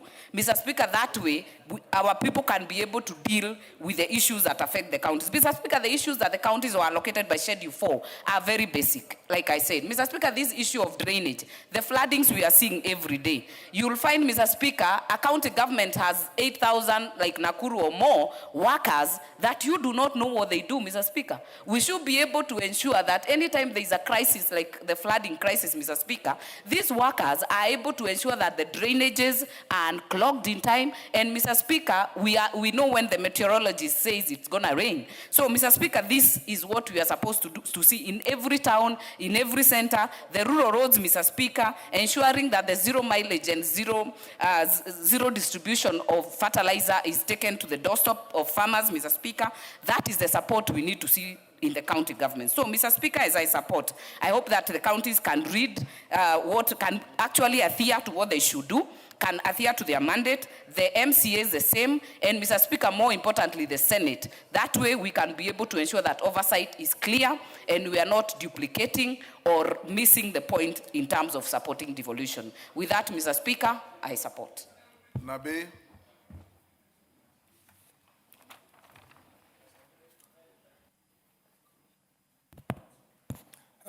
Thank you, Mr. Speaker. I rise to support the bill. Mr. Speaker, I want to start by saying the Constitution 2010, Schedule 4, identifies and allocates functions to each level of government. And as we know, money follows functions. The counties, as we know them, they receive money for early child development, education, health, agriculture, roads, to mention but a few. Mr. Speaker, my concern is that as we allocate this money, as the national government develops basic education, primary, junior school, secondary school, in many of the counties, the foundation is missing. You have a good primary school, it has no ECD. You have enough teachers for primary school, counties have no teachers for the ECD.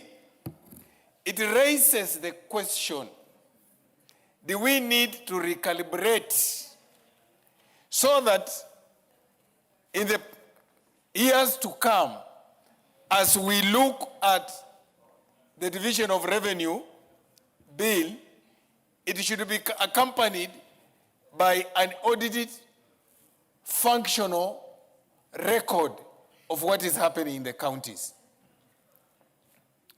Today, Mr. Speaker, if you went to the constituencies, all county roads are impassable. And yet, we allocate money for the same. Mr. Speaker, with the rains and the changing patterns of weather, you will find that the ECD children are unable to go to school because they are missing classes. What they have is makeshift classes. In some counties, they are even attending lessons in churches. This calls for, Mr. Speaker, developing much more than what we know as accountability mechanism. I'm recommending that the many non-state actors who have been following us on CDF and Gov money, they should spend much more time developing social accountability mechanism to hold county governments and governors accountable. Mr. Speaker, this country is going to have a crisis, and this is the crisis. We allocate money using this bill. Then, thereafter, there will be something here for conditional grants. Then, the very counties get money from World Bank. What then happens, they use money for conditional grants, they use money from World Bank, and the money we allocate through the division of revenue, it's not accounted for. In some counties, despite having a basic minimum, bearing of 35% at least on development, they have as less as 10, 15. And the controller has pointed out the mismatch between spending for development and spending for recurrent expenditure. I'm more worried where the national government goes to take over projects started by county governments.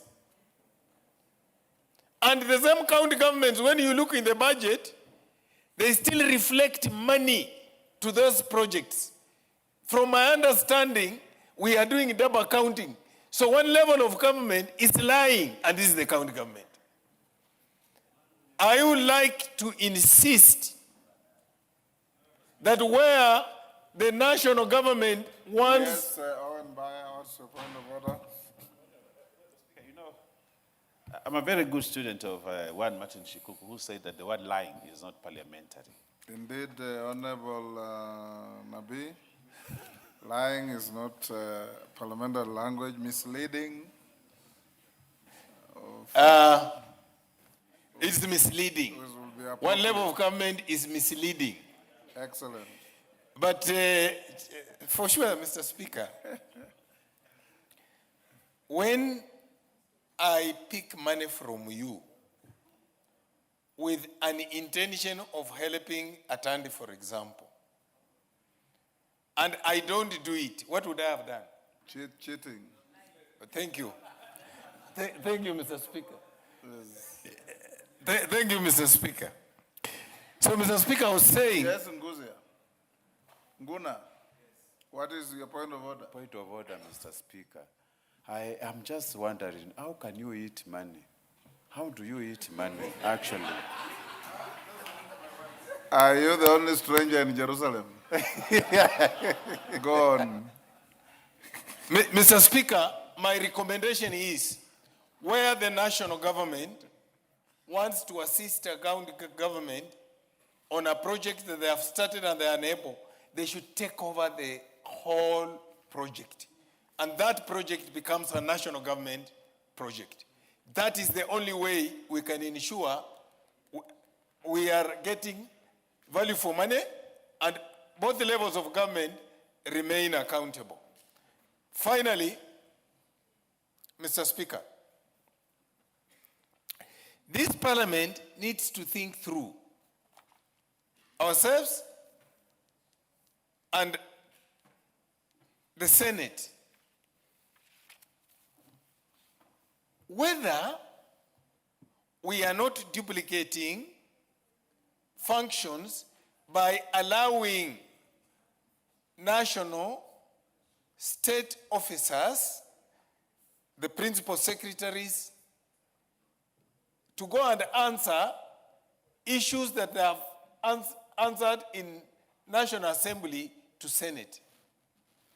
I'm raising this to support what Honorable Wangari said, that actually the Senate is instead chasing shadows and leaving the really envelope, which is called county governments. They need to spend more time holding county governments accountable, because what is going on in the county governments is not anything near accountability. Thank you, Mr. Speaker. I support. Yes, Kitur. Honorable Speaker, I stand on a point of order 95. Reading the mood of the House, Honorable Speaker, that the mover be called to reply.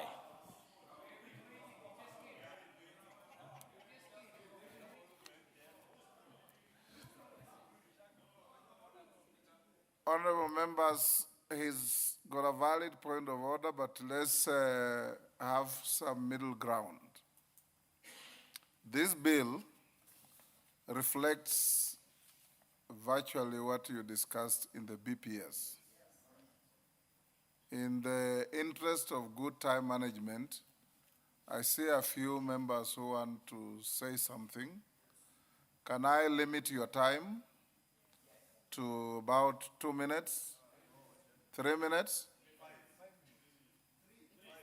Or let's agree, it is now 4:28. Can we close this debate at 5 and go into committee? Remember, these are constitutionally time-bound bills. So if we'll do up to 5, and I see several hands up, let me use my discretion to give you 3 minutes each. Maclap? Remember, thank you, Mr. Speaker. Charles Dickens said, if you can't make your point in 2 minutes, you are unlikely to make any point in 1 hour. Mr. Speaker, you have already eaten my 40 seconds. Mr. Speaker, I rise first of all to support his Division of Revenue Bill, Bill number 2 of 2026. So, Speaker, notwithstanding the contradictions that in this bill, it is 420. Elsewhere, it is 450. But I will heavily rely on the truth of this, because this is what we said, this is what was contained in the BBS. I will not go to the other side. Why, Mr. Speaker, is because why are we continuously increasing resources for county governments without knowing what kind of functions are following these particular resources?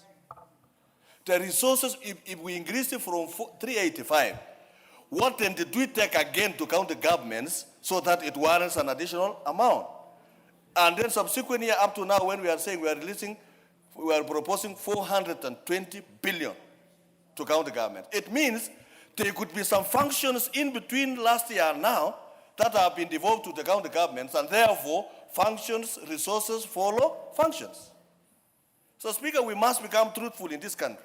We are not going to allow resources of taxpayers of this country to continuously go to people when they change regimes in the county government. They add more employees even when there is no space for or need to employ more, or even stalling projects because another governor was having that particular resources. So, Speaker, it is therefore prudent that going forward, when this bill is brought to the House and there is an additional resources from previous financial year, then we should be told, because they now have this and these functions that have been taken to the county governments, therefore we need an additional resources to follow the functions. Secondly, Mr. Speaker, is the accountability. So Speaker, the health care in the county governments, even if we have a functional SHA, what is SHA without medicine? You go there with SHA working, but the medicine is not there. And yet we have report from this House that resources are being sent to the county governments on time. In fact, when you go to the villages, Mr. Speaker, the MCS are saying MPs have not released the money. The money is held in Nairobi.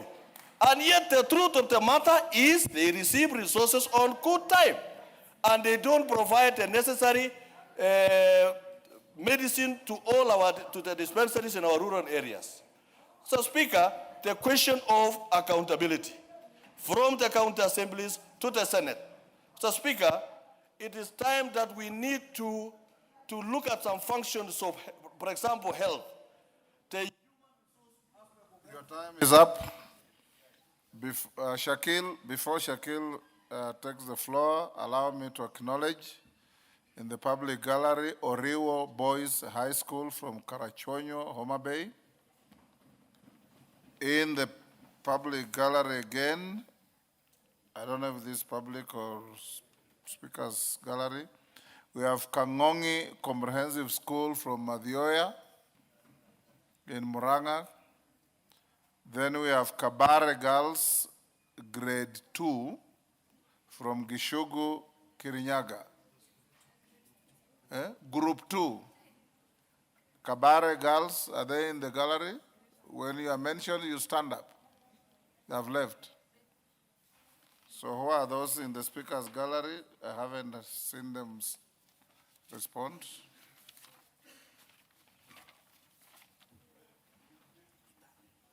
Then we have Itara Secondary School from Mara in Tharaka Nithi. On my behalf and on behalf of the House, we welcome the students, their teachers, and those accompanying them to the House of Parliament. Shakil Shabir. Thank you, Mr. Speaker. Mr. Speaker, as much as I want to get up and support the Division of Revenue Bill, because it is within our mandate, and that is where we are working. I was a member of CKRC, and we discussed this issue of devolution.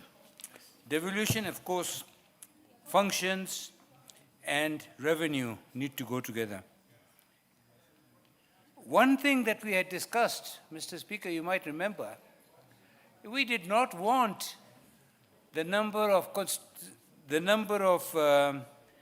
counties that we have. We wanted 10, if you remember. It was 14. We did not want so many because we felt that these excellencies would now become like little presidents. Mr. Speaker, sir, I spent a lot of time on devolution. An issue of devolution we spoke about was that each budget should be on a zero-based budgeting or performance budgeting. Mr. Speaker, I have been a mayor of a city, and we know how things work on own source revenue. These organizations counties that we're talking about now have declared very little on-source revenue, and most of them are now depending on the Division of Revenue Bill. We are saying that is fine, but you know, what is happening is devolution was meant to have certain results. One of the results we did not want was to devolve corruption. We have actually devolved corruption at each level. There are issues at each county, and some of these issues are now becoming recurrent, and they are also now strangulating the counties. And I am of the opinion that even the oversight, recently I saw the governors and the Senate having an argument about oversight. It is an essential part of devolution. It's an essential part if the government has been given money, county government has been given money, based upon some sort of division of revenue bill. That must be followed to the T. However, once you give them the money, they start now changing their priorities. They start changing other issues. SS member.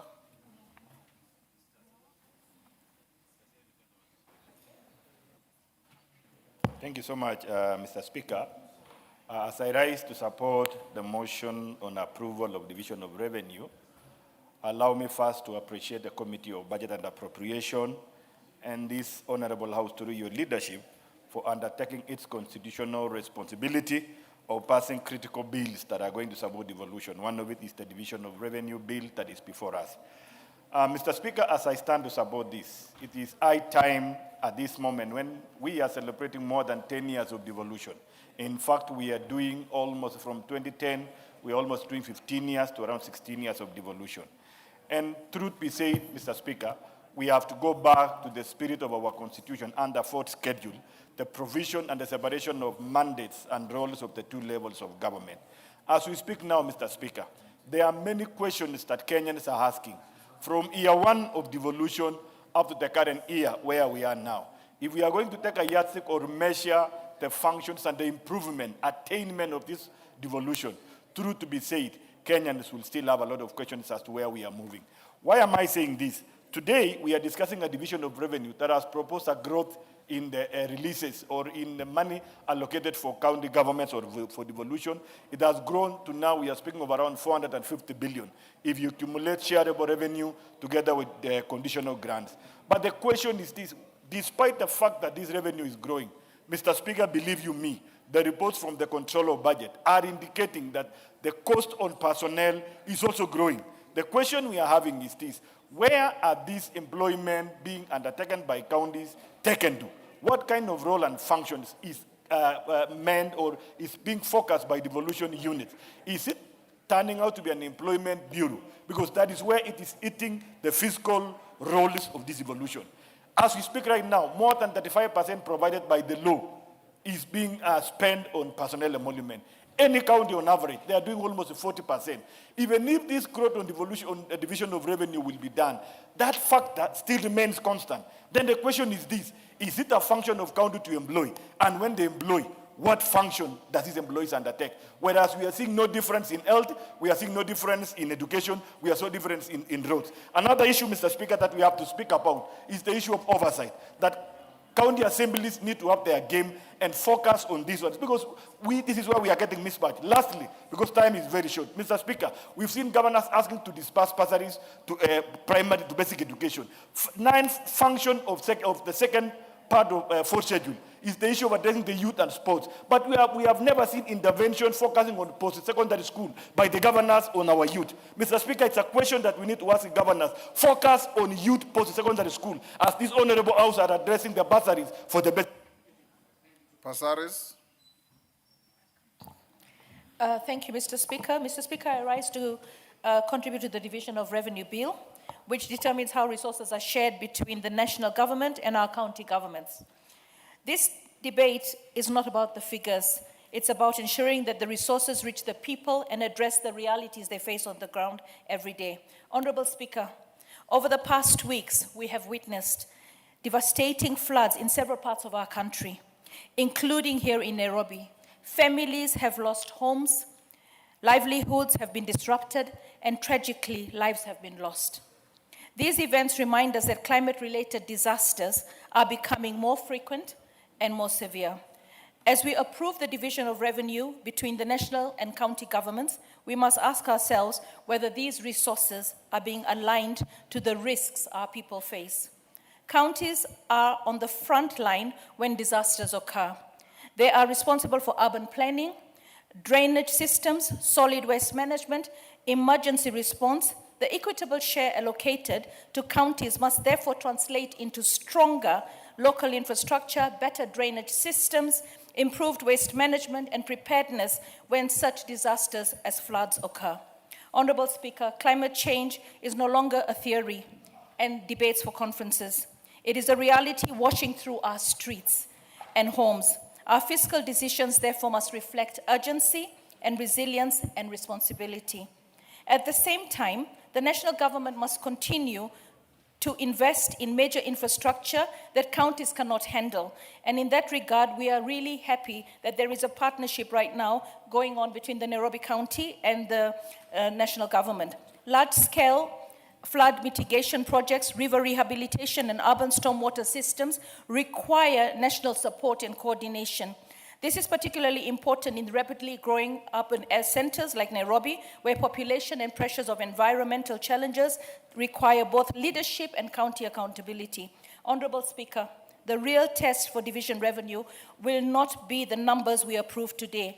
It will be whether the counties will be able to use these resources to protect lives, to improve infrastructure, and to build communities that are resilient to the changing climate. With those remarks, I support the bill while emphasizing the need for responsible use of resources and stronger investments in disaster preparedness and urban resilience. Thank you, Mr. Speaker. I support.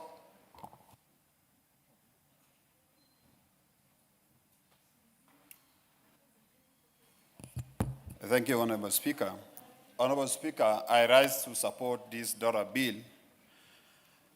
Honorable Speaker, budget and budget process is a political tool and bargaining arena. DORA has divided the revenues to both county government and national government. But there is need to have this budget segregated, even to tell us how much has gone into Turkana South, how much has gone into Turkana County for that matter. Because, Honorable Speaker, budget has been skewed to some areas of this country. And the people of some of the marginalized areas are being underfunded by government budget. Honorable Speaker, DORA is one of the working documents for preparation of the budget. And it is this time I want to raise my voice that there is need to take into consideration on matters of security, and especially in the people of Turkana South.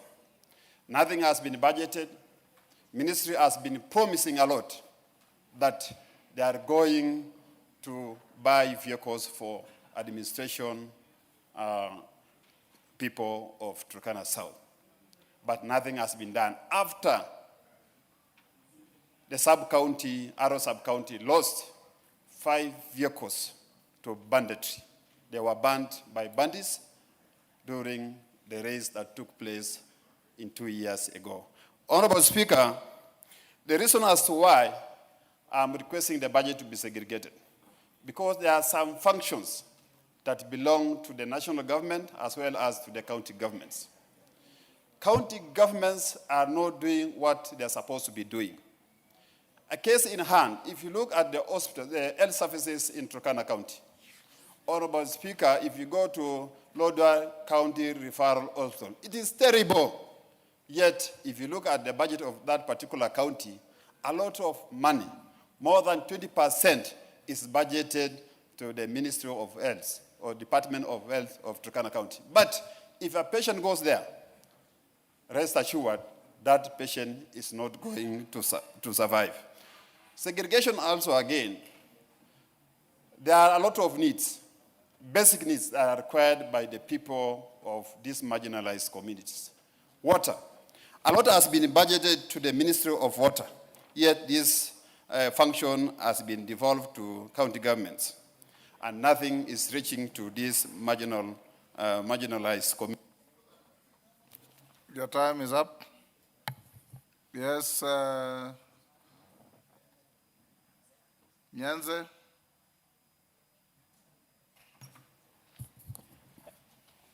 Thank you, Mr. Speaker, for giving me this opportunity to also hear my views on this bill. even though, Speaker, I support the Division of Revenue Bill, I have some issues which I want to raise, but before I raise, I want to say that actually the devolution for the last 10 years has brought general improvement in our rural areas. There is a lot of improvement because most of even the products which you find in Nairobi, you will find them in our supermarkets in the rural areas. And the rural areas, most of them, I mean, most of the counties have been developed. So we can say that the devolution has really made our country to improve in the infrastructure and also other things. From the PS, where the division of revenue is actually coming from, there are some issues which I should be improved going forward, especially on the, one of them is on the pending bills. Some of the departments, even though they have very huge pending bills, do not even include these pending bills in their budgets. And going forward, I think these pending bills should be a priority. Even in the county governments, they do not give pending bills, they don't make it as a priority, especially when one governor leaves, the other one comes, and then they do not check, they don't care the pending bills which the previous governor earned. And this has left many of our people very poor. Some earned loans, and some have even died from this stress from such pending bills. The other issue which we should also, in the future, Speaker, concentrate on is on revenue. Our county governments do not have good systems to collect their own revenue. And this leaves a lot of loopholes whereby there is a lot of corruption. And if this own revenue was collected well, then this would even ease our budget, and the division of revenue would actually be even less, so that the sharing would be better. But without the system, there are a lot of loopholes. Even though they collect from mamambogas who are left with nothing, they give so much money, and this money cannot be accounted for. So this is very, very unfair. So we should have, as Fatuma Migori. Thank you, Honorable Speaker. Honorable Speaker, I stand to support the Division of Revenue Bill 2026. Honorable Speaker, as much as we are allocating revenue to counties, but I must put it that our counties are also not doing the right thing. You find some counties, the previous governor that was there before started a project. And as the new governor comes in, he neglects that project and starts his own project. And I think Auditor General needs to go and do a study on these projects that money was used, maybe up to half or quarter. The project is stalled there. Nobody's interested in that because that governor wants to start his own project and make his own name. And that alone is wastage of money.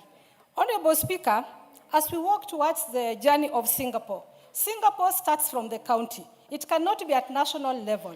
If the governors cannot do their work properly, there is no way the president will deliver us to Singapore. So we also need to tell them the priorities that Singapore at national level has so that they incorporate with the county government and national government so that the dream of Singapore is arise. Honorable Speaker, the main issue we have is corruption.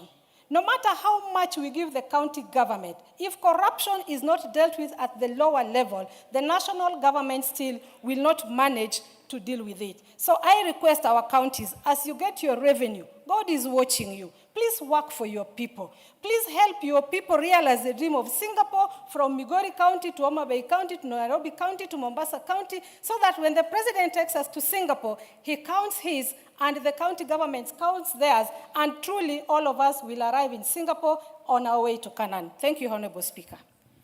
Emathe.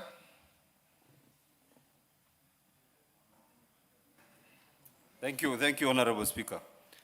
First, I want to support and also acknowledge the fact that if it were not devolution, some counties like Turkana would not have developed as they are today.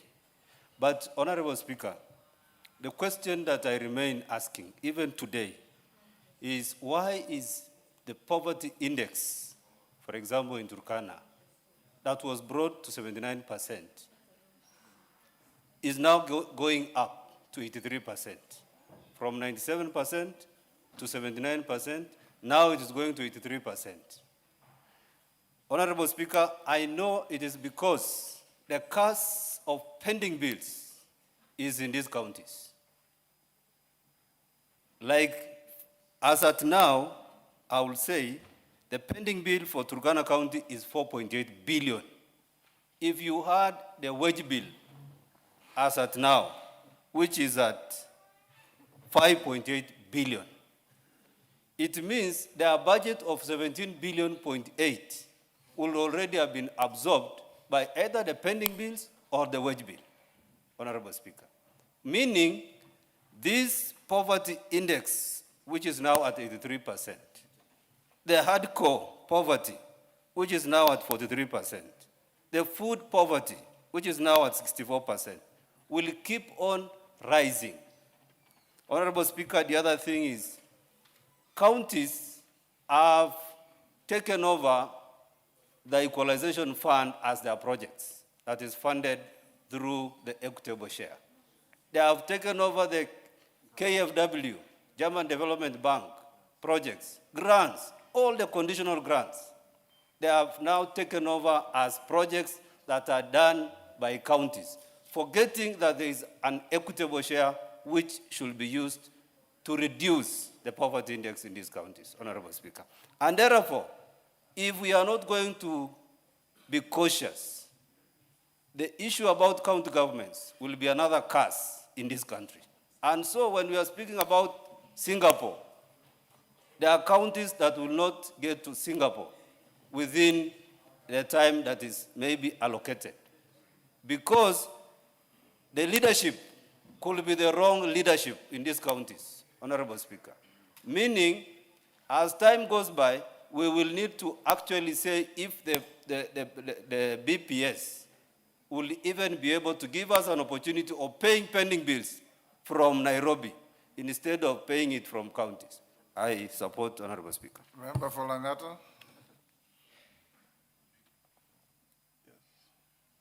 Thank you so much, Mr. Speaker, for giving me this chance. From the onset, I support the Division of Revenue Bill, more so looking at what has been happening in Nairobi, running a budget averagely a year of 40 billion, with almost 60% still being used for the personnel, and with a surging population in this county each and every single day.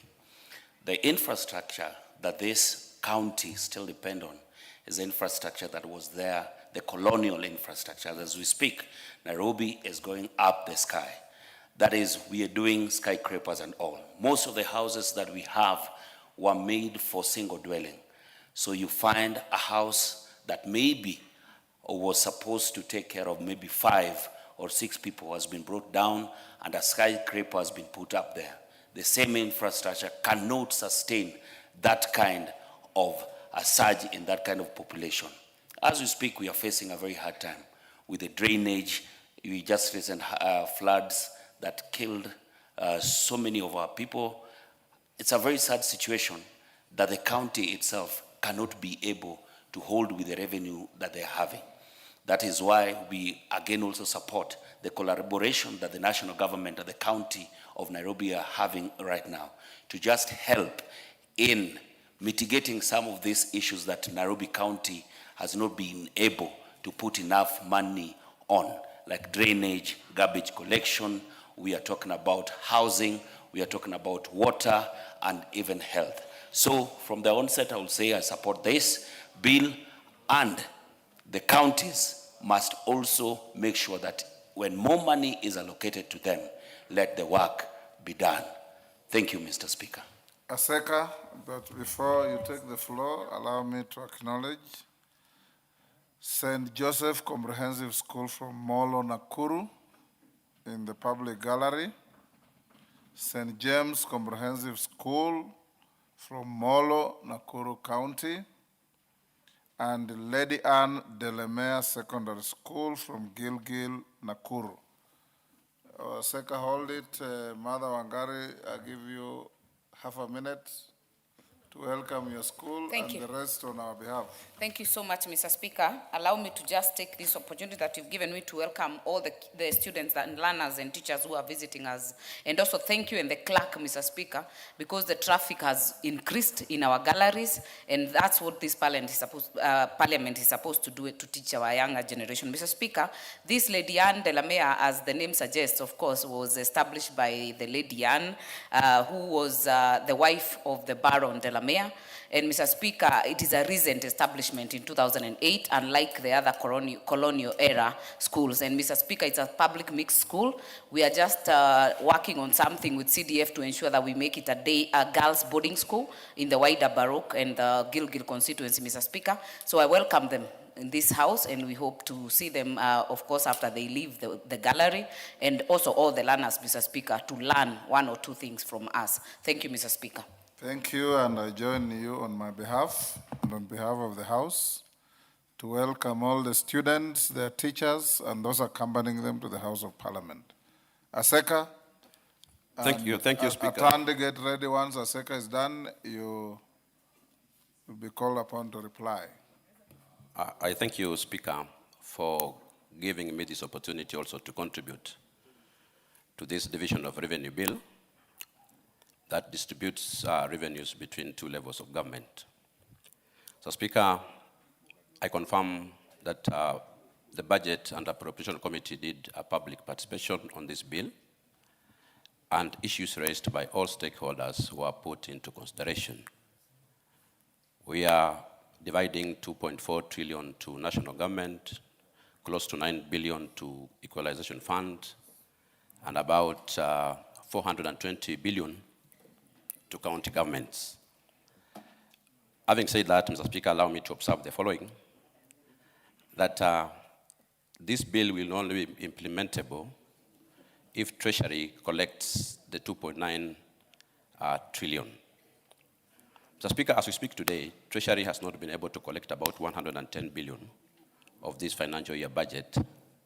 And this, Speaker, if it's not checked, it may create and increase the number of pending bills for our contractors across the country.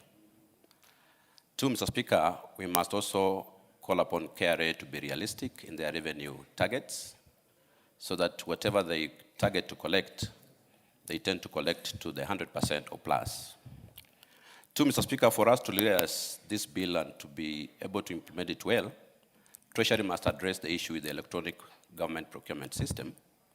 And as you read the report of the Auditor General, Mr. Speaker, Auditor General says that this system has slowed down economic activities in the economy. This system has reduced the absorption of development funds. So, Mr. Speaker, as we do this, let us also put in mind that Treasury must also ensure that all challenges that are facing the EGP are addressed. Lastly, Speaker, the 2010 Constitution of Kenya on devolution really envisaged a devolution of economic activities within our counties. It not envisaged the devolution of corruption, devolution of employment bureaus, and devolution of creating small kings within our counties. Mr. Speaker, it is time to call our governors to order and ensure that the little resources that is being devolved to the counties is put to good use. My brother said that Turkana may be left behind on our journey to Singapore. I say those counties that are ready to go to Singapore should start moving. Thank you, Speaker. Ndindi Nyoro, I'll give you the last. Thank you very much, Honorable Speaker, for this chance to contribute. And on the onset, Honorable Speaker, for the several years and even now, we must start walking the talk when it comes to devolution. Because, Honorable Speaker, when we are reading a budget in the upwards of 4 trillion shillings, and it's moving, of course, at a higher percentage even than what we give to our counties, Honorable Speaker, we need a an introspection in this matter, so that even as we demand more from our county governments, we do the same when it comes to allocation of resources. Because when you account for inflation, Honorable Speaker, the equitable share has not been growing. Even when we talk about from last financial year to this one, you realize that we are barely actually beating inflation when it comes to the allocation. And therefore it calls upon this House and also the Senate that we must be deliberate in our supporting our county governments, so that even as we ask for services and quality services from the county governments, Honorable Speaker, we need to do likewise in terms of allocation of resources to the devolved units. The second thing, Honorable Speaker, I want to highlight is that holistically and broadly, there are two important things that we must deliberate on and find a solution in terms of them. One is when it comes to ECD teachers, Honorable Speaker. Across all our counties, I am sure, honorable members, you have come across this request. And I hope that progressively we'll have an overarching body that harmonizes all our ECD teachers, Honorable Speaker, when it comes to negotiating for a better pay, but also when it comes to timely disbursement in terms of salaries, but more importantly, Honorable Speaker, even growth in that area. Honorable Speaker, I know this is much more broader than the current discussion today, but I'm just drawing this to all of us that we must get a solution when it comes to this. ECD teachers need a harmonizing body nationally so that, Honorable Speaker, their jobs are more or less defined and cut across all counties. The second thing, Honorable Speaker, is when it comes to health professionals, the doctors and all the professionals in the health sector, in our county governments, Honorable Speaker. Over time, we may need an overarching body like TSC that takes care of their welfare, Honorable Speaker, when it comes to promotions, when it comes to moving from this county to the other. I don't think primarily it's a very good thing that when you are hired in this county, Honorable Speaker, that for you to get to another county. Your time is up. Atandi. Honorable Speaker, I want to thank you for giving me the opportunity and also to thank members who have ventilated on this bill. Honorable Speaker, when I was moving the bill as was presented. But some members of my party have castigated me for not talking about the 450 billion shillings which was discussed in many forums, including this morning when we had the Kenya Kwanza and ODM-PG. I want to assure them that those agreements will somehow find their way into this bill before it is finally processed. I also want to say, Honorable Speaker, that I want to say that I go on record as a chairman who, during my tenure, county share allocations went up the highest. Honorable Speaker, in the DORA Act, which is in force, we were able to raise county share allocations by a whopping 29 billion. Honorable Speaker, this is the highest ever. So I think I need to be celebrated, Honorable Speaker, by members for that.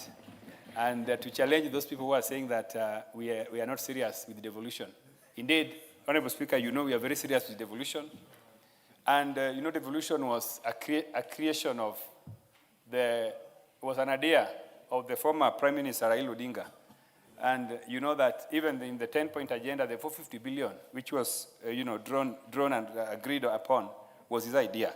So we want to assure everybody that we are very, very serious about devolution, but we want also to challenge governors to do their part, especially in the way they utilize their resources. They need to use these resources effectively.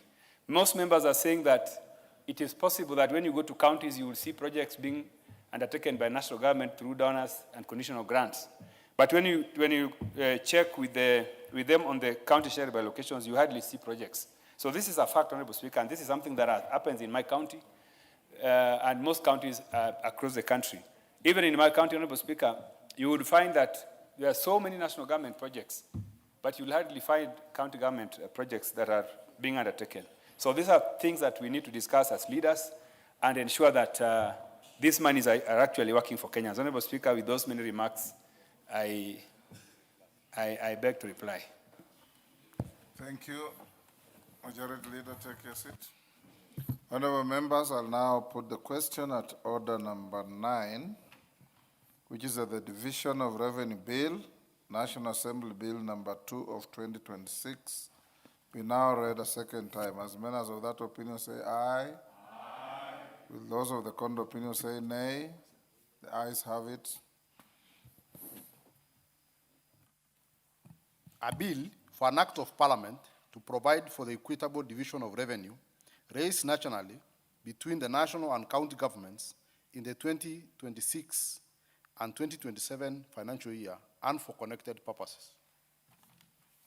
Next order. Order number 10, Committee of the Whole House. All rise.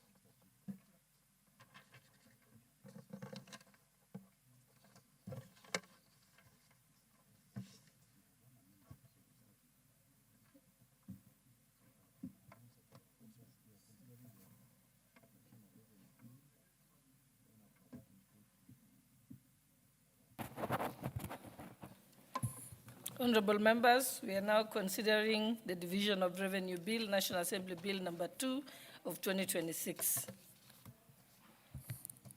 Schedule.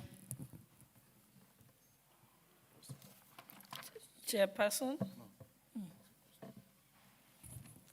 I now propose the question that the schedule be in the schedule of the bill. Mover? Honorable Chair, I move that the schedule to the bill be deleted and substituted therefore with the following new schedule. Allocation of revenue raised nationally between the national government and the county governments for the financial year 2026-2027. And one, Honorable Chair, this amendment relates to the equalization fund allocations, which has gone up to 10,250,573,107.05. It has gone up because, Honorable Chair, we are considering the recent audited revenues for the year 2022-2023, which is 2,550,114,740,913, as opposed to the previous consideration, which was based on the audited revenues for the financial year 2021-22. Therefore, it goes up by that amount, Honorable Chair. All other figures remain the same. Thank you.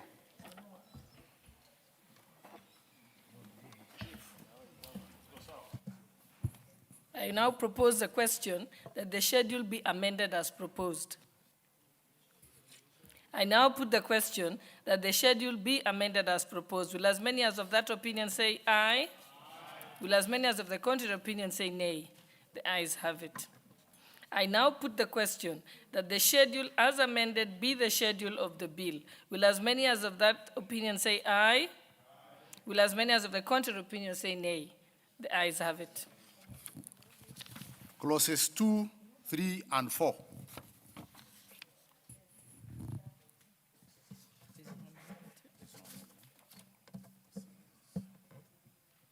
I propose the question that clause 2 be part of the bill.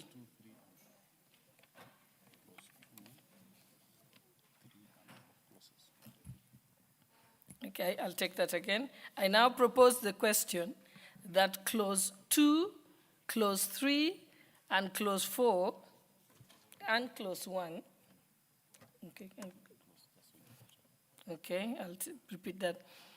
I propose the question that clause 2, 3, and 4 be part of the bill. I now put the question that clause 2, 3, and 4 be part of the bill. Will as many as of that opinion say aye?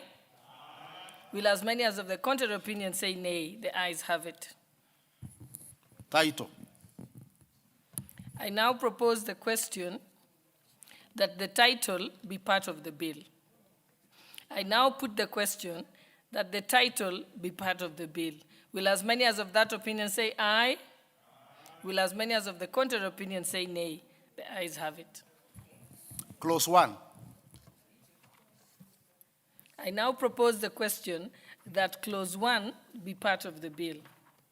I now put the question that clause 1 be part of the bill. Will as many as of that opinion say aye? Will as many as of the contrary opinion say nay? The ayes have it.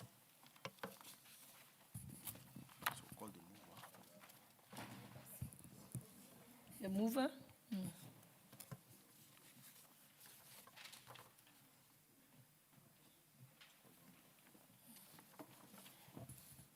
You may move the reporting.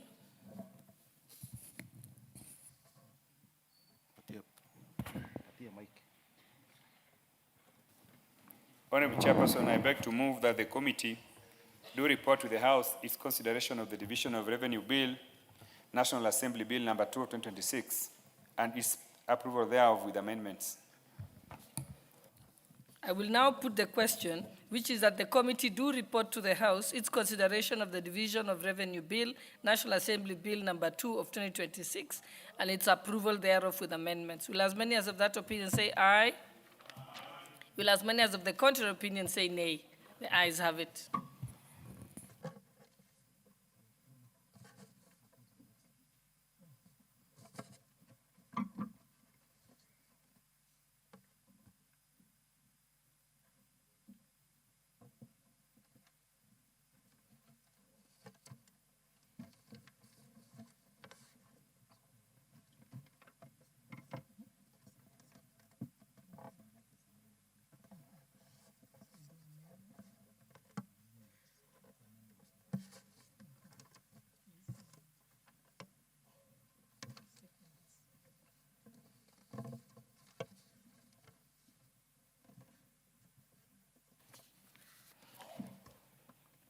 I now propose the question. Let me make the announcement first. We are now on the Committee of the Whole House for the Miscellaneous Fees and Levies Amendment Bill, National Assembly Bill number 57 of 2025. Clause 2. I propose the question that clause 2 be part of the bill.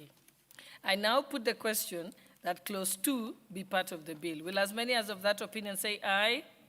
Will as many as of the contrary opinion say nay? The ayes have it. Clause 3.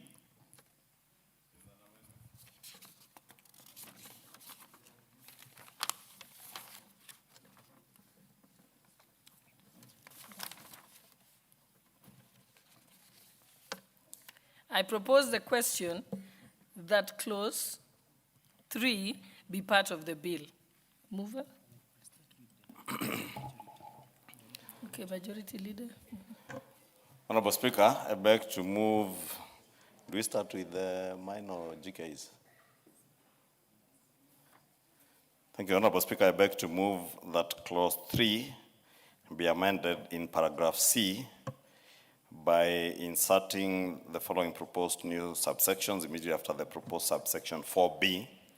Honorable Speaker, the amendment is just to create a term of office in line with the Government-Owned Enterprises Act, so that the board that is appointed into this for this institution serves for a period of 3 years and is eligible for reappointment for a further and final term of 3 years, meaning that in line with the Government-Owned Enterprises Act as passed by this House, any board member other than the ex-officio, that is the CEO, members of the board, can only serve for a period of 3 years, which is only renewable once. Thank you, Honorable Speaker. I beg to move.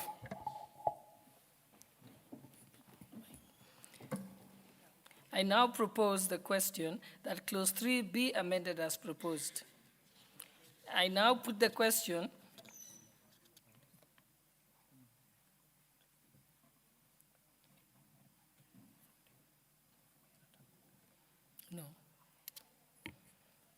I now put the question that clause 3 be amended as proposed. Will as many as of that opinion say aye? Will as many as of the contrary opinion say nay? The ayes have it. I now put the...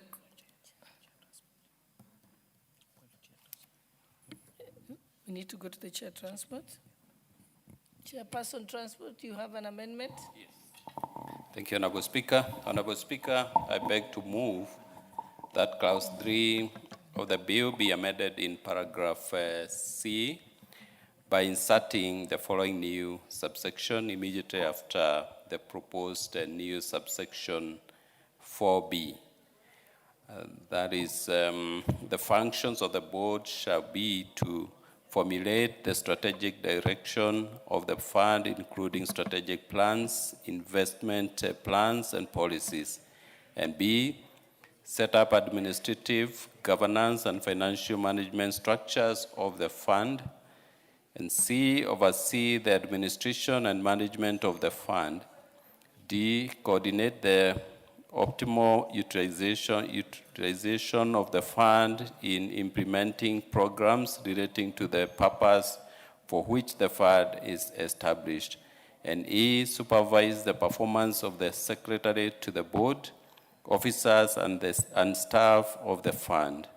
F, approve and review the annual work program and budget of the fund.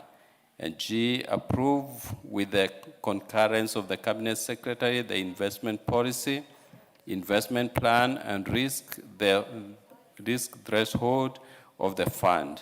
And H, invest the funds of the board not immediately required for the purpose of this act in such a manner as it may determine. And D, perform any other function necessary to promote the objects and purpose of the fund. Honorable Speaker, these amendments seek to ensure clarity of mandate and strengthen accountability and promote effective and prudent administration of the fund in line with its objects and purpose. Honorable Speaker, number 2 amendments, inserting the word and annually to the National Assembly immediately after the words at least once every 3 months in the proposed new subsection 4(1). The board, that it will read that the board shall submit to the Secretary and to the Cabinet Secretary and Cabinet Secretary responsible for matters relating to railway transport at least once every 3 months, and annually to the National Assembly reports detailing the inflows, outflows, and balances of the accounts established pursuant to subsection 4G. Honorable Speaker, the reason for this is to ensure that the purpose of the purpose of this amendment, Honorable Speaker, is to enhance transparency, strengthen parliamentary oversight, and promote accountability in the utilization of the fund. Honorable Speaker, I beg to move. I now propose the question that clause 3 be further amended as proposed. I now put the question that clause 3 be further amended as proposed. Will as many as of that opinion say aye? Will as many as of the contrary opinion say nay? The ayes have it. I now put the question that clause 3 as amended be part of the bill. Will as many as of that opinion say aye? Will as many as of the contrary opinion say nay? The ayes have it. Title. I propose the question that the title be part of the bill. I now put the question that the title be part of the bill. Will as many as of that opinion say aye? Will as many of the contrary opinion say nay? The ayes have it. Clause 1. I now propose the question that clause 1 be part of the bill. I now put the question that clause 1 be part of the bill. Will as many as of that opinion say aye? Will as many as of the contrary opinion say nay? The ayes have it.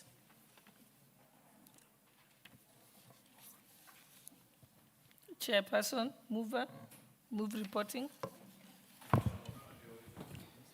Honorable Speaker, Honorable Chair, I beg to move that the House do agree. Hold on, Honorable Atandi.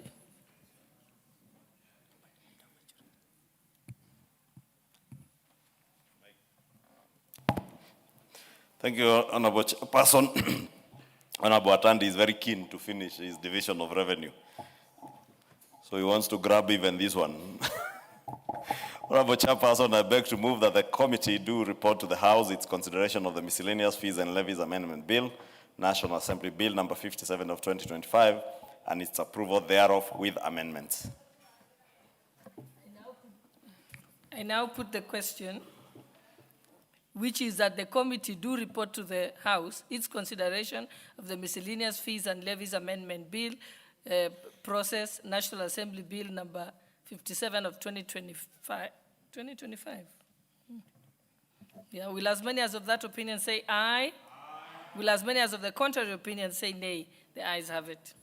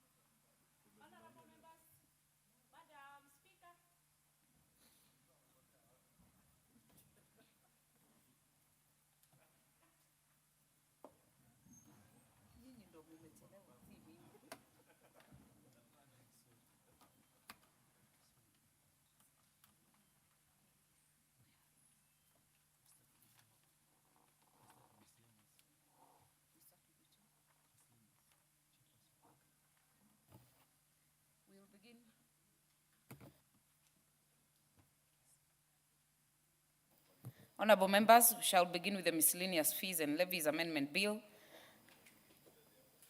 Mover. No, Chair to move, yes. Chair to report.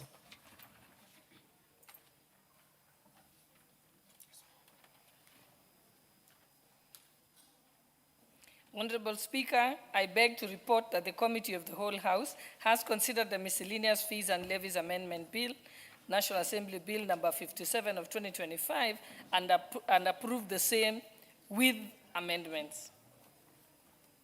Thank you, Honorable Speaker. Mover, thank you. Mover.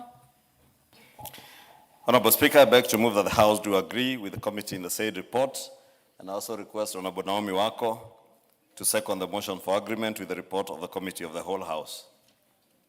Honorable Wako. Honorable Speaker, I second. Thank you.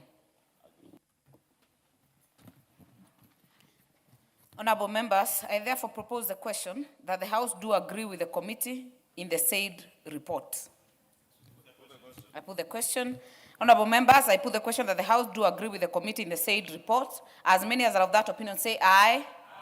As many as are of a contrary opinion say nay. The ayes have it. Mover. Mover. Honorable Speaker, I beg to move that the Miscellaneous Fees and Levies Amendment Bill, National Assembly Bill number 57 of 2025, be now read a third time. Honorable Speaker, as I request the Honorable Fatuma Full Network to second because of her diligence in her work. Honorable Speaker, you may have noted Honorable Fatuma is one among the chairs who diligently sit and patiently sit in the House waiting for her business. And because I know she has business that was due here last week when she excused herself to go for iftar, I hope today she will be able to at least move part of that business before it's time for iftar at, I think at 10 minutes to 7. Let me say, Honorable Speaker, first thank members for the support in the passage of this bill that will radically change the management of our railway system and railway network in this country. We have now provided a framework that will enable us as a country to develop our rail infrastructure far beyond the SGR that initially RDLF was being used to maintain and also construct. That now RDLF can be used in the construction of even the metric gauge railway. We can see the development of light rail in this country, Honorable Speaker. And I look forward, together with the National Infrastructure Fund, these two funds being utilized, not only to extend the SGR beyond Suswa or Dukamoja, to Malaba, to Kisumu, to connect us with our neighboring countries, but also the development of a light rail system within the city of Nairobi. You saw last week, Honorable Speaker, what happened when it rained on Friday. The number of people who are getting home at 2, 3 a.m. because of traffic congestion. But if we had a light rail system within the city, we wouldn't even need to have the many cars that we've seen coming into the city. And I look forward to the implementation of this bill upon its passage, because it will radically change how we manage our rail network system. Thank you, Honorable Speaker, and I beg to move and request the Honorable Fatuma Full Network, member for Migori County, to second. Member for Migori, the very diligent one. I do not oppose that statement. Honorable Fatuma. Thank you, Honorable Speaker. I beg to second. Honorable members, I propose the question that the Miscellaneous Fees and Levies Amendment Bill, National Assembly Bill number 57 of 2025, be now read a third time.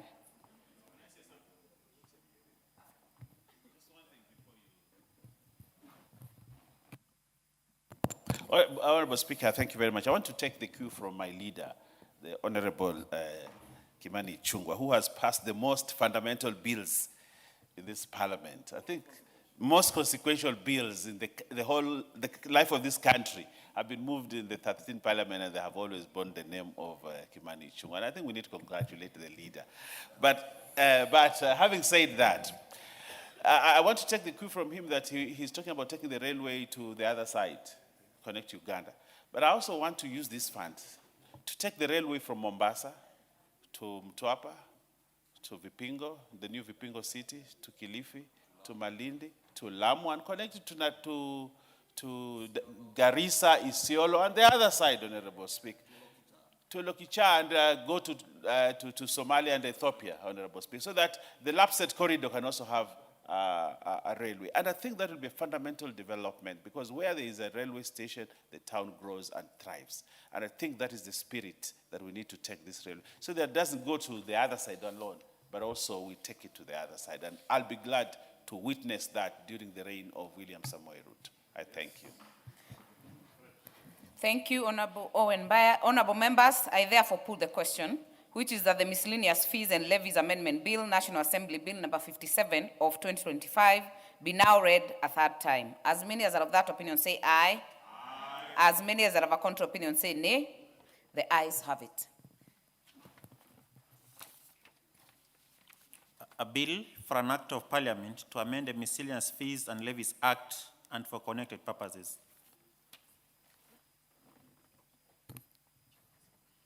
Chairperson to report to the House.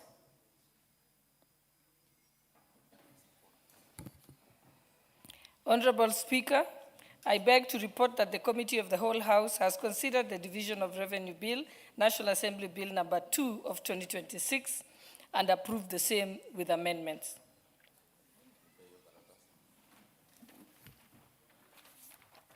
Mover. Honorable Speaker, I beg to move that the House do agree with the committee in the said report, and also request the Honorable Mukunji, member for Manyata, to second the motion for agreement with the reports of the Committee of the Whole House. Member for Manyata.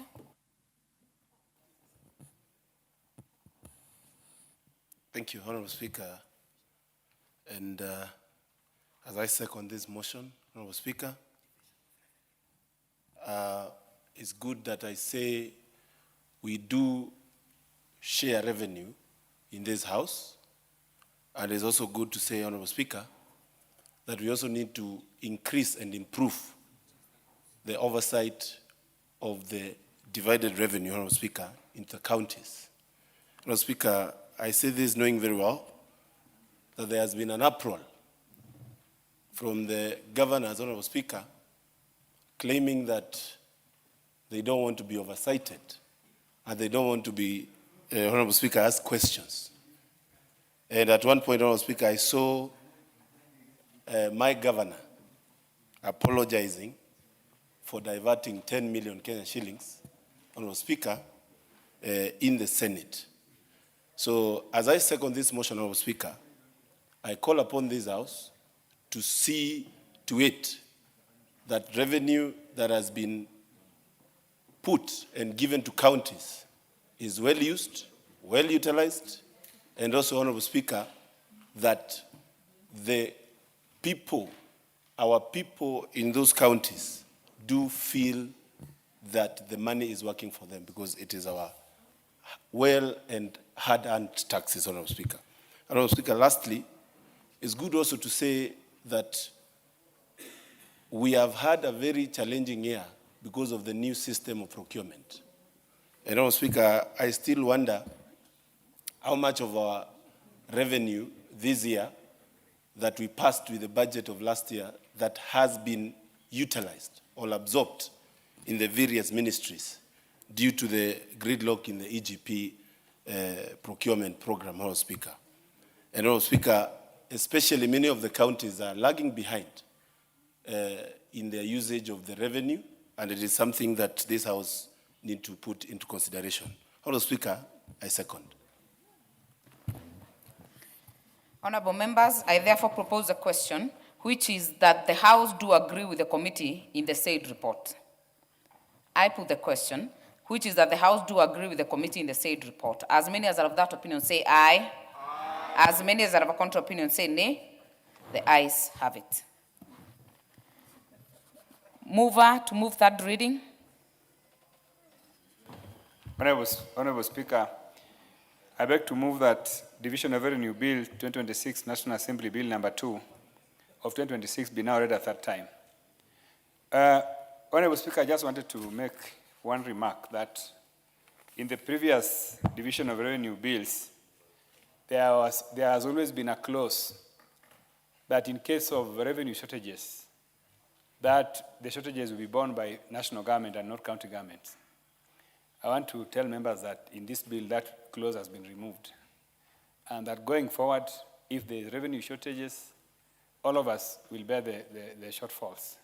This is to ensure that we all, because national government has suffered in the process, and it has led us to, increase physical space to be able to accommodate those shortages. So this is something which I wanted the members to know. And lastly, I want to reiterate that the broad-based government is in full support of devolution. And you can see by the many engagements that we have had, including this morning when the Kenya Kwanza and ODMPG took place at KICC, and most of the members who are there, the resolutions that came out of that meeting. We are very sure that those resolutions shall not go in vain, and that somehow we will be able to adjust figures appropriately. Honorable Speaker, I beg to move and request the Honorable Mwashako to second. Thank you, Chair. I stand to second the bill as proposed by the mover. Thank you. Honorable Mwashako, did you second the bill? Do it, can I retake it, Madam Speaker? Yes. Thank you, Madam Speaker. I stand to second. Thank you. Honorable members, I therefore propose the question that the Division of Revenue Bill, National Assembly Bill number 2 of 2026, be now read a third time.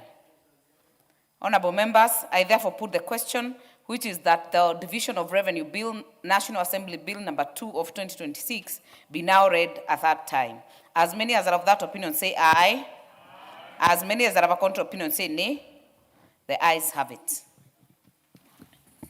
A bill for an act of parliament to provide for the equitable division of revenue raised nationally between the national and county governments in the 2026-2027 financial year and for connected purposes. Next order. Order number 11, motion, report of the audited accounts for the Judiciary Mortgage Scheme Fund for the financial years 2011, 2012 to 2021/2022. Honorable members, Chairperson, Special Funds Accounts Committee, as you move, I realize you have two. For the reason that had been raised by the majority leader, you will move them back to back. You'll prosecute both order 11 and 13, then we'll go back to order 12. Thank you for that consideration, Honorable Speaker. Honorable Speaker, I beg to move that this House adopts the report of the Special Funds Accounts Committee on its consideration of the audited accounts for the Judiciary Mortgage Scheme Fund for the financial year 2011-2012 to 2021-2022, laid on the table of the House on Tuesday, 5th August 2025. Honorable Speaker, in preparing this report, the committee relied on the constitutional and legal provision on Public Finance Management Act 2012 and other enabling legislation as the basis for inviting the accounting officer of the Judiciary Mortgage Scheme Fund to respond to issues raised by the Auditor General, as well as the additional information submitted on the administration performance. Honorable Speaker, following the examination of the audited reports, the committee made the following general observation and recommendations which apply across the 11 financial years under review. The fund failed to disclose the scheme administrator expenses and charges for 11 financial year, contrary to the regulations 101/4 of the national government PFM regulations. The committee recommended that within 3 months of the adoption of this report, the accounting officer should submit duly certified loan disbursement and repayment scheme for the Auditor General for audit verification. The committee observed that there was no disclosure of interest earned on mortgage and disbursement. Honorable Speaker, we realized that the mortgage fund that the institution was running, they needed to follow at least some of the regulations and borrow from other institutions that do have the same fund. We realized that the interest that they earn, they do not even know how much they've earned as they leave the interest with the bank that is doing the disbursing the loan on their behalf. The committee observed that the fund financial statement for each financial year were not submitted to the Auditor General within the statutory timelines following the closure of the respective financial years. The accounting officer was therefore found to be in breach of Section 68, 2K of the Public Finance Management Act 2012. The committee recommended that the accounting officer ensures timely submission of the accounting records and documentation required to audit verification in strict compliance with the Section 31/4 of the Public Audit Act 2015. The Judiciary Mortgage Scheme lacks enabling legislation establishing the fund and has been operating without governing regulations. Consequently, the fund legality, official designation, and operational framework could not be confirmed. And on that note, the committee recommends that within 6 months of the adoption of this report, the accounting officer develop and operationalize appropriate regulations for the fund and submit the same to the Auditor General for audit verification. In conclusion, Honorable Speaker, I wish to register my appreciation to the honorable members of the committee, the Office of the Speaker, and the Office of the Clerk of the National Assembly, parliamentary liaison officers of the Auditor General, and the committee secretariat for facilitating the work of the committee and making the production of this report possible. Honorable Speaker, I beg to move and now request Honorable Kivasu, who is a member of our committee, to second the motion. Thank you, Honorable Speaker. Honorable Kivasu.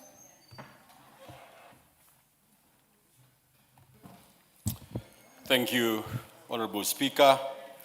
Honorable Speaker, I rise to second the motion that this House adopts the report of the Special Funds Accounts Committee on its consideration of the audited accounts of the Judiciary Mortgage Scheme Fund for the financial years 2011-2012 to 2021/2022.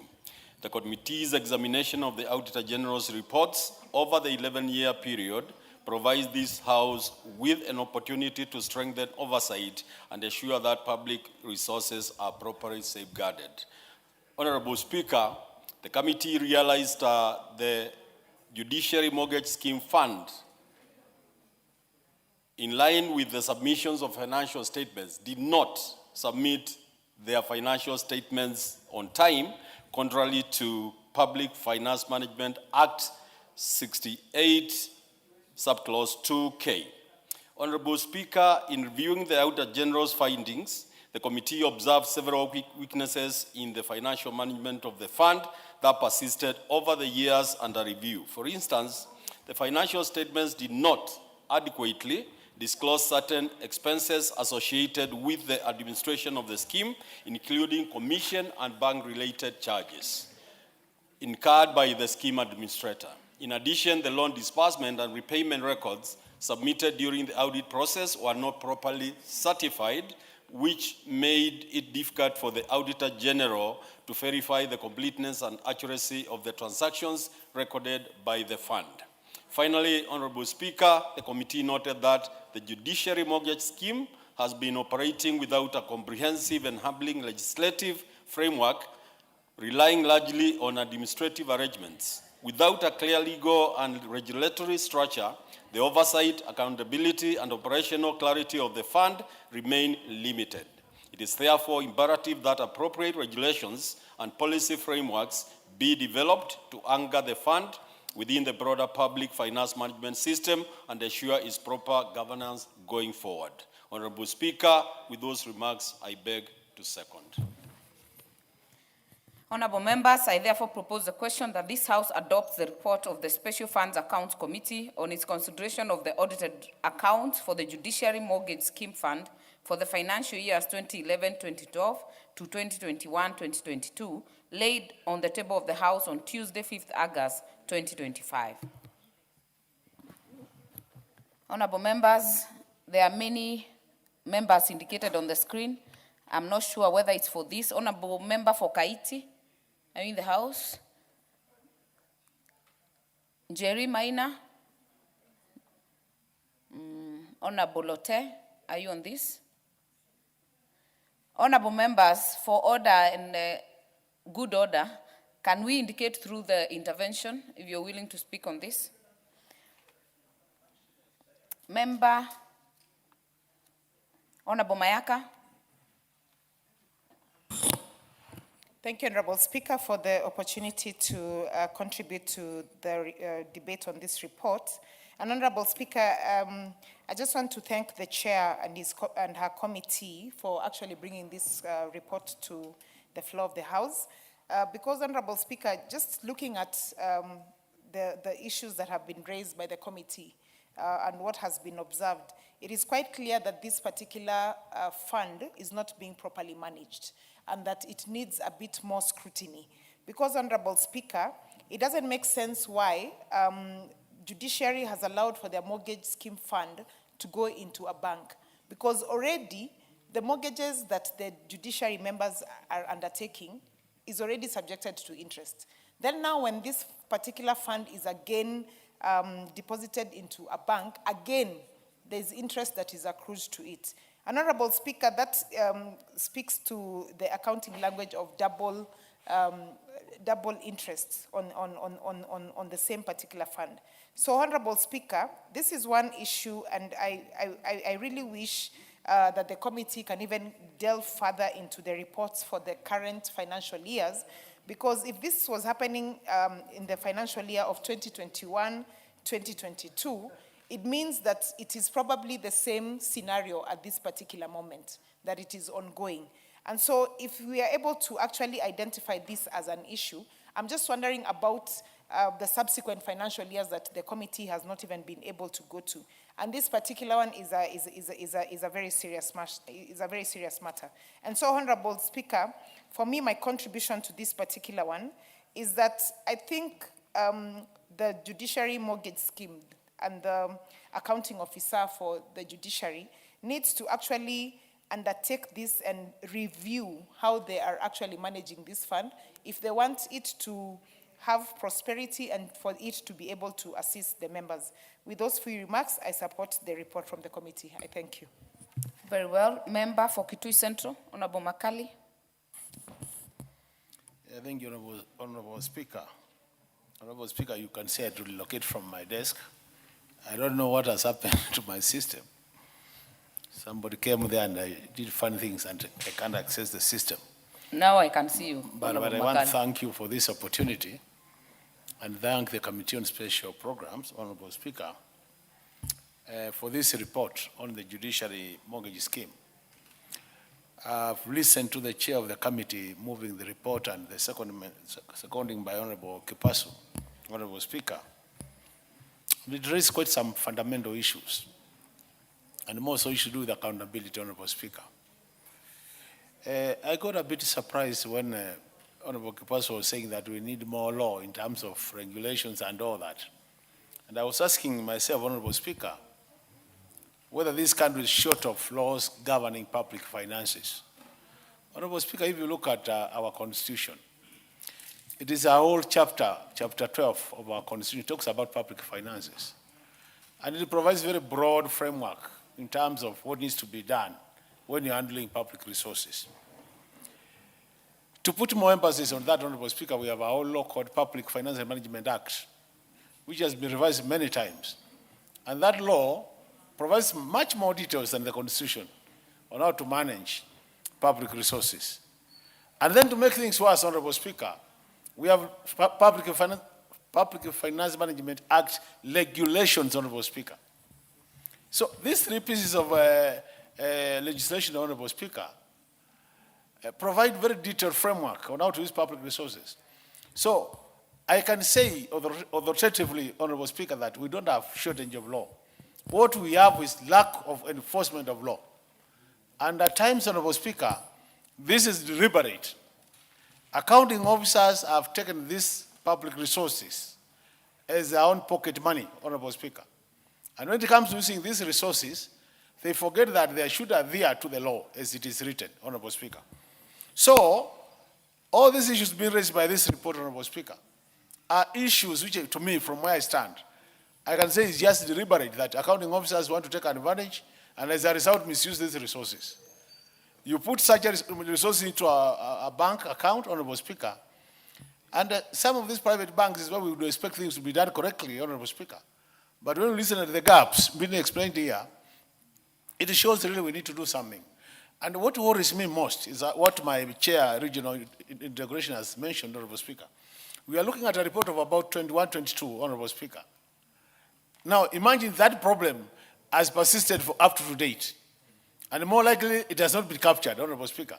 So we've not addressed the challenge. And I think really, even as we look at some of these audit reports coming from our committees, I think it's important, Honorable Speaker, we look at what can we do to some extent stop this continuous misapplication, misuse of public resources.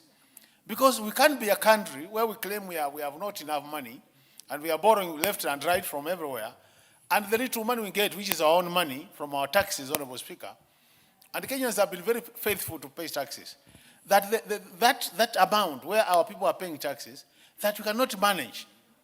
The Constitution is very clear. We need prudent management of public resources, Honorable Speaker. So this kind of reports, Honorable Speaker, I think as a House, we need to move to the next level. The sanctions, Honorable Speaker. We need to start talking about what sanctions can we impose on some of these accounting officers who misapply these resources, so that as we move to the future, Honorable Speaker, people will know that when you misapply or misuse public resources, you will be punished for whatever you do, Honorable Speaker. And if we go that direction, Honorable Speaker, then we'll start getting better audit reports from our committees, and our committees will be taken seriously. Otherwise, majority of the people now, majority of the Kenyans, think that these reports are just a talk show. We come here, talk about them, we go home, all smiling, we have talked about them. Nothing is done, Honorable Speaker. It is time this House proves to Kenyans that we have truth and we can bite, Honorable Speaker. With those remarks, I support. Member for Manyata. Thank you. Thank you, Honorable Speaker. Honorable Speaker, we have discussed many audit reports here, Honorable Speaker, and one thing that is consistent, Honorable Speaker, is the backlog of the audit reports. Today we are discussing and receiving a report of the audit report for 2020, 2011, 2012, Honorable Speaker, 2021, 2022. Honorable Speaker, that tells you that even if the committee finds issues with the audit report, you will find mostly that even the officers that were in charge, most likely, have already left those institutions, or Honorable Speaker, they will look like it's a simple witch hunt. Honorable Speaker, this begs the question, why are we lagging behind, Honorable Speaker, on audit? And Honorable Speaker, I look at this and also look at the other side of the private sector. And as we say, there is a lot of bureaucracy in government, but we need to realize that we are handling public fund. Honorable Speaker, I beg to say that, as a matter of fact, private institutions that present their audits every year, and it's required in everything that these institutions are doing, are run better, and it is supposed to be the reverse. Public funds, Honorable Speaker, are supposed to be audited and keenly audited, as a matter of fact, quarterly. And they are supposed to be getting, we are supposed to be getting report, Honorable Speaker, in this House in time. And if I look at this trend of audit reports, it means that, Honorable Speaker, in 2030, it is when the audit reports of 2025 are going to be tabled in this House. Honorable Speaker, I call upon this House to see what best way we can do to ensure that audit reports are up to date and they make impact. Honorable Speaker, we wake up every day to questions in the use of our public funds. Today, as we are speaking, Honorable Speaker, there is a newspaper article screaming, Honorable Speaker, of loss of close to 50 billion Kenya shillings in our healthcare insurance system, SHA, Honorable Speaker. And there's nothing more painful, Honorable Speaker, than reading a newspaper article that says money that has been contributed by people who want to get better health care, Honorable Speaker, has been misappropriated. And I want to actually say, Honorable Speaker, the only way to avoid and ensure that these people don't enrich themselves and go away with what we have seen, Honorable Speaker, is updated, timely audit reports. So that, Honorable Speaker, we get to actually put people into account, ensure that people go to jail if they have misused resources, and, Honorable Speaker, that public resources are used well. We have increased taxes, Honorable Speaker. In this regime, taxes have been increased. We have borrowed excessively, Honorable Speaker. The public demands that those resources must be well used. And this House has a role to play to ensure that audit reports are not just mere reports that will just go to shelves of this House and nothing happens afterwards. Honorable Speaker, I beg to submit.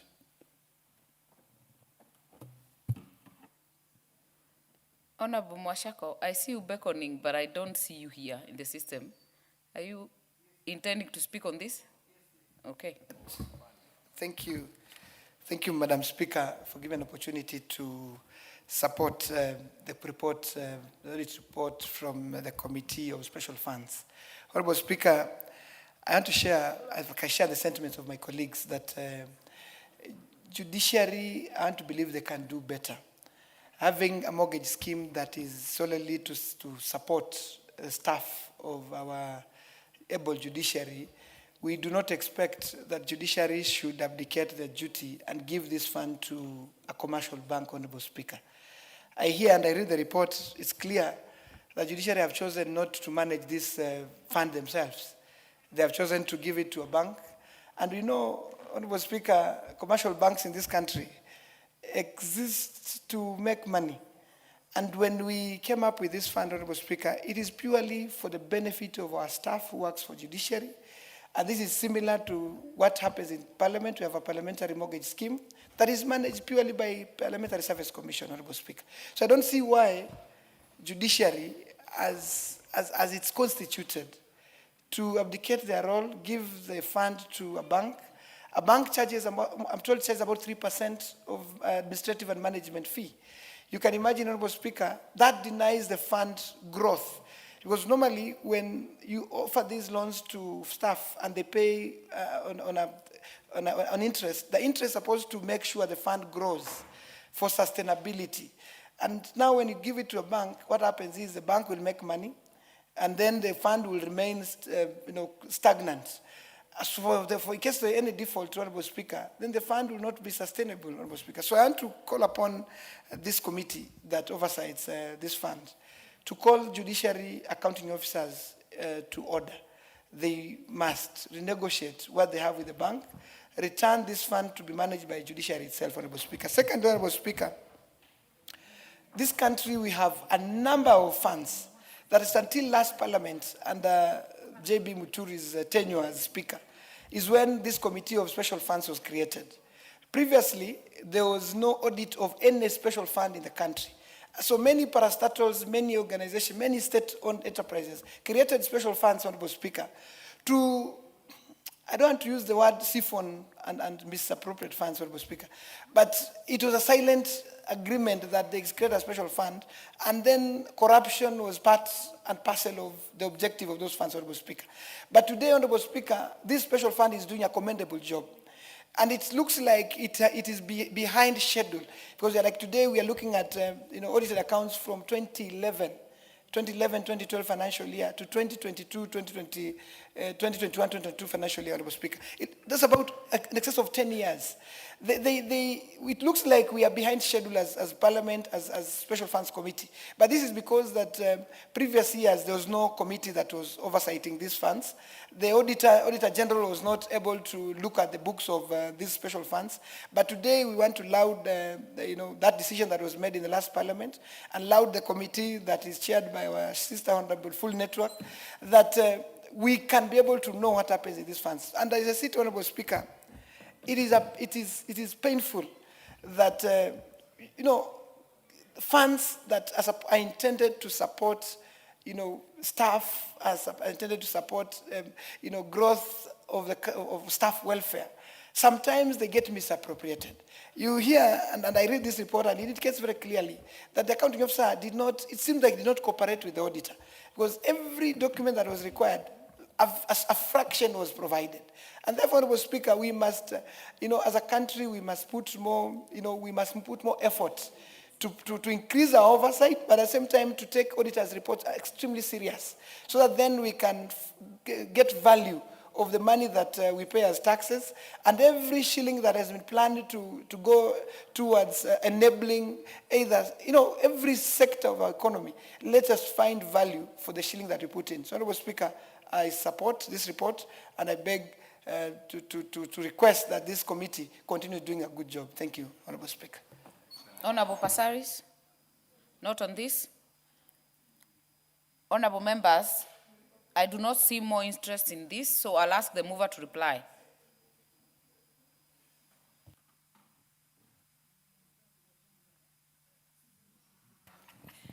Thank you, Honorable Speaker.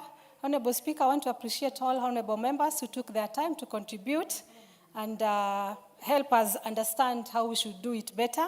And I hope that the Judiciary Fund are also looking into our comments here. And the comments that we made, the observations that we made, I believe that the implementation committee will follow them up so that the fund grows better than it is now. Thank you, Honorable Speaker. You beg to reply. I beg to reply, Honorable Speaker. Thank you. Very well. Honorable members, we shall defer the putting of the question on this. As directed earlier, the next order should go to order number 13. Order number 13, motion, report on the audited accounts for the Commodities Fund for the financial years 2018-19 to 2021-2022. Chairperson, Special Funds. Thank you once more, Honorable Speaker. Honorable Speaker, I beg to move that this House adopt the fifth report of the Special Funds Accounts Committee on its consideration of the report of the audited financial statement for Commodity Fund for the financial year 2018-2019, 2019-2020, 2020-2021, 2021-2022, laid on the table of this House on Thursday, 7th December 2023. Honorable Speaker, while auditing these accounts, the Commodities Fund, the committee received oral and written submission from Ms. Nancy Cheriot, Managing Trustee for Commodities Fund, regarding the audited financial statement for the financial years 2018, 2019, 2021, 2022. The committee also held meetings with the Principal Secretary, State Department for Crop Development, and Managing Director of Agricultural Finance Corporation regarding the audit query on uncovered funds transferred to the Ministry of Agriculture and Livestock Development from the Commodities Fund, and the audit query raised in the financial year 2019-2020 regarding unreconciled inter-fund transaction. The submission formed the basis of the committee's observation, finding, and recommendations. Honorable Speaker, in preparing this report, the committee relied on the constitutional and legal provision of Public Finance Management Act 2012 and other enabling legislation as the basis for inviting the accounting officer of Commodity Fund to respond to issues raised by the Auditor General. Following the examination of the audited report, the committee made the following observations and recommendations which apply across the 4 years. The fund inherited non-performing loans from the Agriculture and Food Authority and the Sugar Board and the Coffee Development Fund, including principal and interest arrears. Despite recovery efforts, the loans remain unrecovered due to the nature of the guarantees. The committee recommends that the accounting officer seek authority under Section 69 of the Public Finance Management Act 2012 to write off the inherited non-performing debts and accrued interest and provide a progress report on the status of the write-off process. Honorable Speaker, in all these years, we realized that the questions kept on coming as this was not dealt with. So if they can be helped to find a way of writing it off, as the committee has recommended, so that we don't waste a lot of time in every financial year, the same issue reoccurs. The fund had not established a body corporate which perpetual succession and common seal, limiting its liability to sue or be sued. Moreover, the Crop Act 2013 of number 13 of 2013, which established the fund, does not clearly define the mandate, powers, and responsibility of the fund's board of the trustees, affecting its independence and operational effectiveness. In that regard, Honorable Speaker, if we have a board that is toothless, then there's no need of having the board, because they cannot make any recommendation, they cannot make any decision, and anything that they would say would be null and void, because they are toothless. So we, as the committee, recommended that the accounting officer, through the Cabinet Secretary for Agriculture and Livestock Development, prepare and submit a statutory instruments to the National Assembly to address these legal and statutory gaps. The committee noted that the State Department for Crop Development, the Commodities Fund, the Agriculture Finance Corporation, and Agriculture Food Authority, AFA, had unreconciled balances which had since been reconciled. The parties were currently working on repayment modalities for the outstanding principal and interest. Honorable Speaker, the committee recommends that the Principal Secretary, State Department for Crop Development, refunds 40 million to the Commodities Fund within the financial year 2023-2024. Honorable Speaker, this one we will recommend highly that the implementation committee looks into it, because 40 million for such a small fund, if they are not paid, for sure this fund will not continue. It will definitely flop. And this debt has been there for quite a long time. Honorable Speaker, in conclusion, I wish to register my appreciation to the honorable members of the committee, the officers of the Speaker and the Clerk of the National Assembly, the parliamentary liaison officers and the Auditor General and the Committee Secretariat for facilitating the work of the committee and making the production of this report possible. Honorable Speaker, I must highly appreciate my committee members. In fact, in our committee, Honorable Speaker, we have never lacked quorum since I became a chair. We are a committee of 15 members. At least we normally have 13 to 12 members present at every sitting. And we have never adjourned due to lack of quorum. So I must appreciate my committee members. And Honorable Speaker, may I bring it to your attention that my committee has 8 women. Now that tells you why we always have quorum. And the chair of the committee is a woman. And the chair of a committee is a first-timer. Honorable Speaker, women can do it. We have done it. What is out of order, Honorable Mark Mwenje? Thank you, Honorable Speaker. Honorable Speaker, I didn't want to interrupt the chair, but is it in order for her to try and imply that the only time you can have quorum is if you have women? Is she implying Honorable that Mwenje, men do not attend committees? Honorable Mwenje, Can she withdraw that remark, Honorable Honorable Mwenje, Speaker? Honorable Fatuma has stated facts. Unless you have contrary, unless you have a committee that has more men and has greater quorum, then I don't see what is out of order. Honorable Fatuma. Honorable Mwenje, it is a reality. Honorable Speaker, just throw your eyes around. How many women are in this house right now? Women can do it better. Bottom line is, we are all members of parliament, and I congratulate all the members who are present in this house. I congratulate my committee for making our work easy, and I beg to request Honorable Kivasu to second. Thank you, Honorable Speaker. Honorable Kivasu is amongst the minority in your committee. Member for Honorable Mboni. Speaker, I'm one of the men who are usually present out of the 7 in the Special Fund Accounts Committee. So we are proud that we are led by a lady, and we are always there to support her. Honorable Speaker, I rise to second the motion that this House adopts the 5th report of the Special Fund Accounts Committee on its consideration of the Auditor General's report on the financial statements for the Commodities Fund for the years 2018, 2019 to 2021, 2022.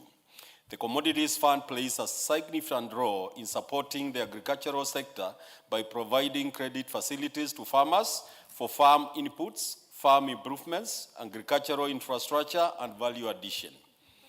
The effective management of such a fund is therefore critical to ensuring that farmers have access to affordable financing while safeguarding public resources entrusted to the fund. Honorable Speaker, the committee's review of the Auditor General's reports reviewed notable weaknesses in the management and reconciliation of loan transactions within the fund.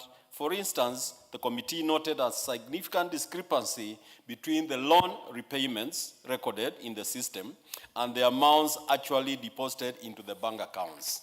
Madam Speaker, this led to some confusion as to whether they are really using a computer system, because when a computer system is usually used, then you expect to get right information, although we say garbage in, garbage out. So I hope they have not been putting in garbage. But, Honorable Speaker, the committee also noted challenges relating to unidentified receipts and long outstanding loan balances. Some receipts deposited into the fund's accounts could not be linked to specific farmers or loan accounts. That again causing a problem whether they are using a computer system or manual systems. indicating weaknesses in record keeping and financial monitoring systems. This committee further observed that some loan records that had remained unresolved for several years without adequate explanations or corrective measures. Such gaps in financial management reduce the reliability of financial statements and undermine confidence in the administration of the fund.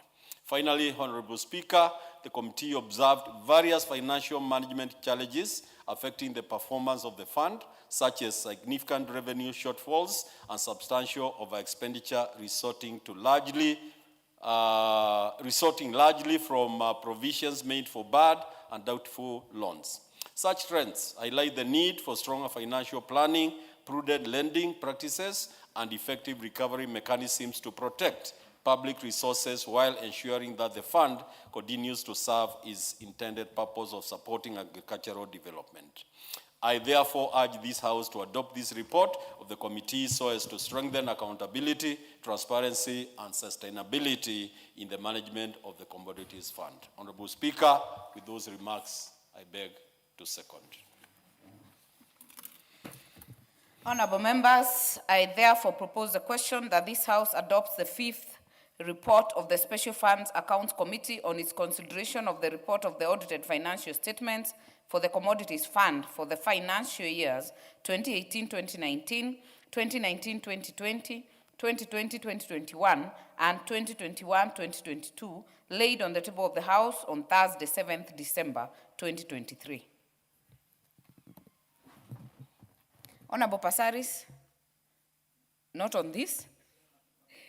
Honorable Dr. Makali Mulu. You know, Honorable Speaker, the more you listen to these reports, Honorable Speaker, the more you listen to these reports, the more you get annoyed as a Kenyan. Because, Honorable Speaker, when you look at this commodity fund and the objective of this fund, this is a very important fund to this country because it's supposed to be assisting our farmers access farm inputs and get resources which they can use to improve their farming activities, Honorable Speaker. But unfortunately, when you look at when you listen to the report of the Auditor General and the report of our special committee, Honorable Speaker, for consecutive 4 years, there are cross-cutting challenges relating to this commodity fund. And at times, when you listen at the challenges, Honorable Speaker, that issues like receipts could not be filed properly, issues like doubtful debts could not be recorded properly, Honorable Speaker. You ask yourself, is it that they have not hired accountants? Is it that they have no financial experts? Or is it that somebody has buried his or her head in the sand to allow this to happen? And the latter, to me, is what is more likely. That people have deliberately taken a decision that we are not going to be accountable. And Honorable Speaker, I do sit in the Budget Committee. And this country have created a number of funds. And you'll be surprised, Honorable Speaker, for the last 2 years, almost all the funds we have created have issues and more accountability issues. If you look at the Hustler Fund, the other day, 12 billion cannot be accounted, cannot be recovered. Look at the Women Fund, challenges. Look at the WOSO Fund, challenges. Look at the National Youth Fund, challenges. Now this is another one called Commodity Fund, challenges. Just immediately now we have discussed the mortgage fund for the judiciary, challenges. Is it time we said enough is enough with these funds? And we allowed people to use money from using the general budgeting process, Honorable Speaker. Because it looks like we are creating these funds as a special purpose vehicle to serve some very specific objective, but at the end of the day, they become vehicles for siphoning off public resources and misapplication of resources.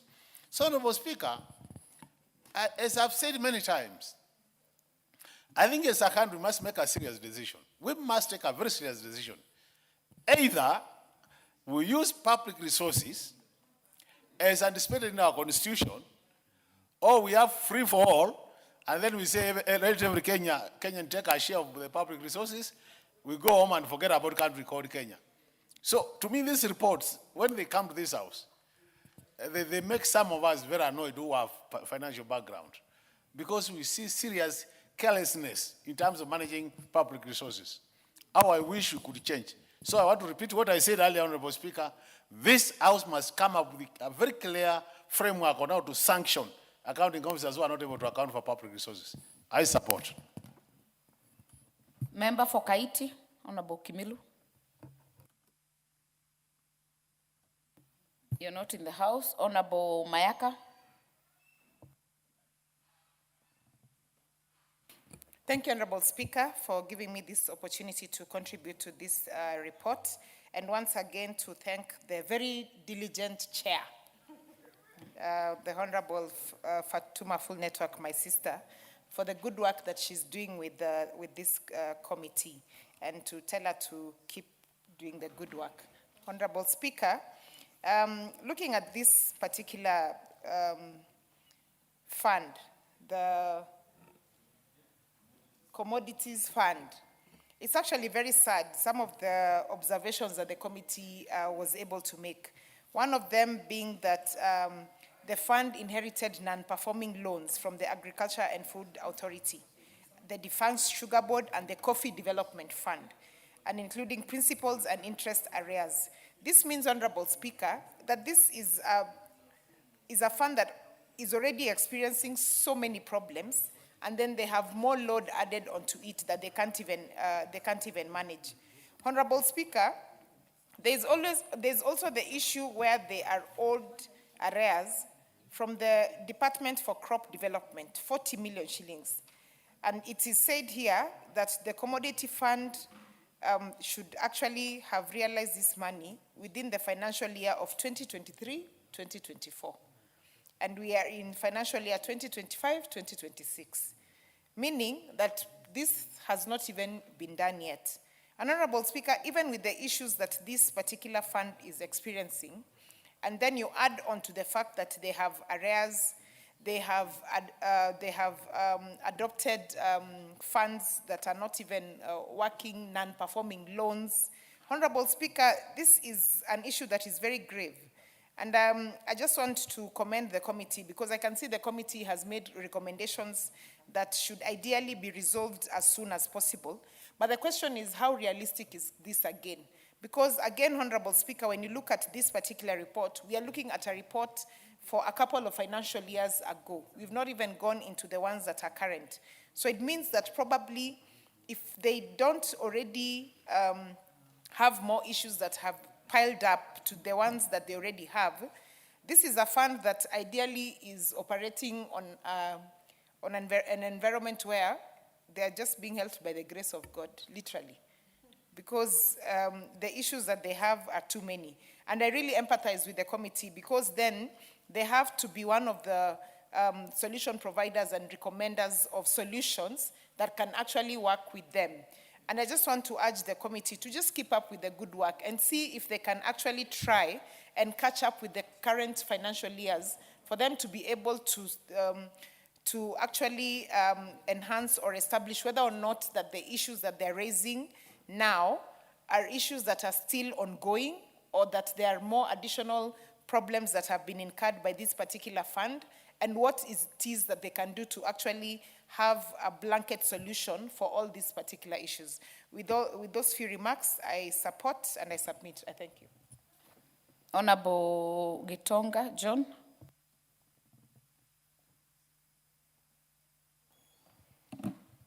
Thank you, Honorable Speaker. And Honorable Speaker, Commodities Fund is a very familiar term in my constituency. Honorable Speaker, many of my factories, coffee factories,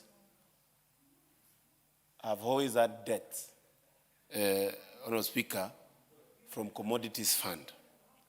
Honorable Speaker, the establishment of this fund that was done in the year 2013 under the Crops Act 2013, the 11th Parliament, and I believe the 11th Parliament has passed quite consequential laws, Honorable Speaker, that requires a review and strengthening by this Parliament. And Honorable Speaker, one of the most progressive idea was the Commodities Fund under the Crops Act of 2013. And one of the reasons why I say that is because one of the promises that was made by this regime, Honorable Speaker, was something we call guaranteed minimum return on, Honorable Speaker, our produce. And Honorable Speaker, one of the reasons why this government might be chased away in 2027 is because of lack of achievement of this, Honorable Speaker. This Commodities Fund, one of its mandate was to do something called price stabilization, which is basically a guaranteed minimum return on investment. And Honorable Speaker, I had a case in the constituency where a factory that doesn't even have much of its assets, Honorable Speaker, having borrowed 60 million Kenya shillings. And that money had disappeared in the thin air, Honorable Speaker. And as we are speaking here, we have passed 2 billion Kenya shillings last year to actually clear the debt that was borrowed by many coffee factories, Honorable Speaker, under the Commodities Fund. Honorable Speaker, what does this say?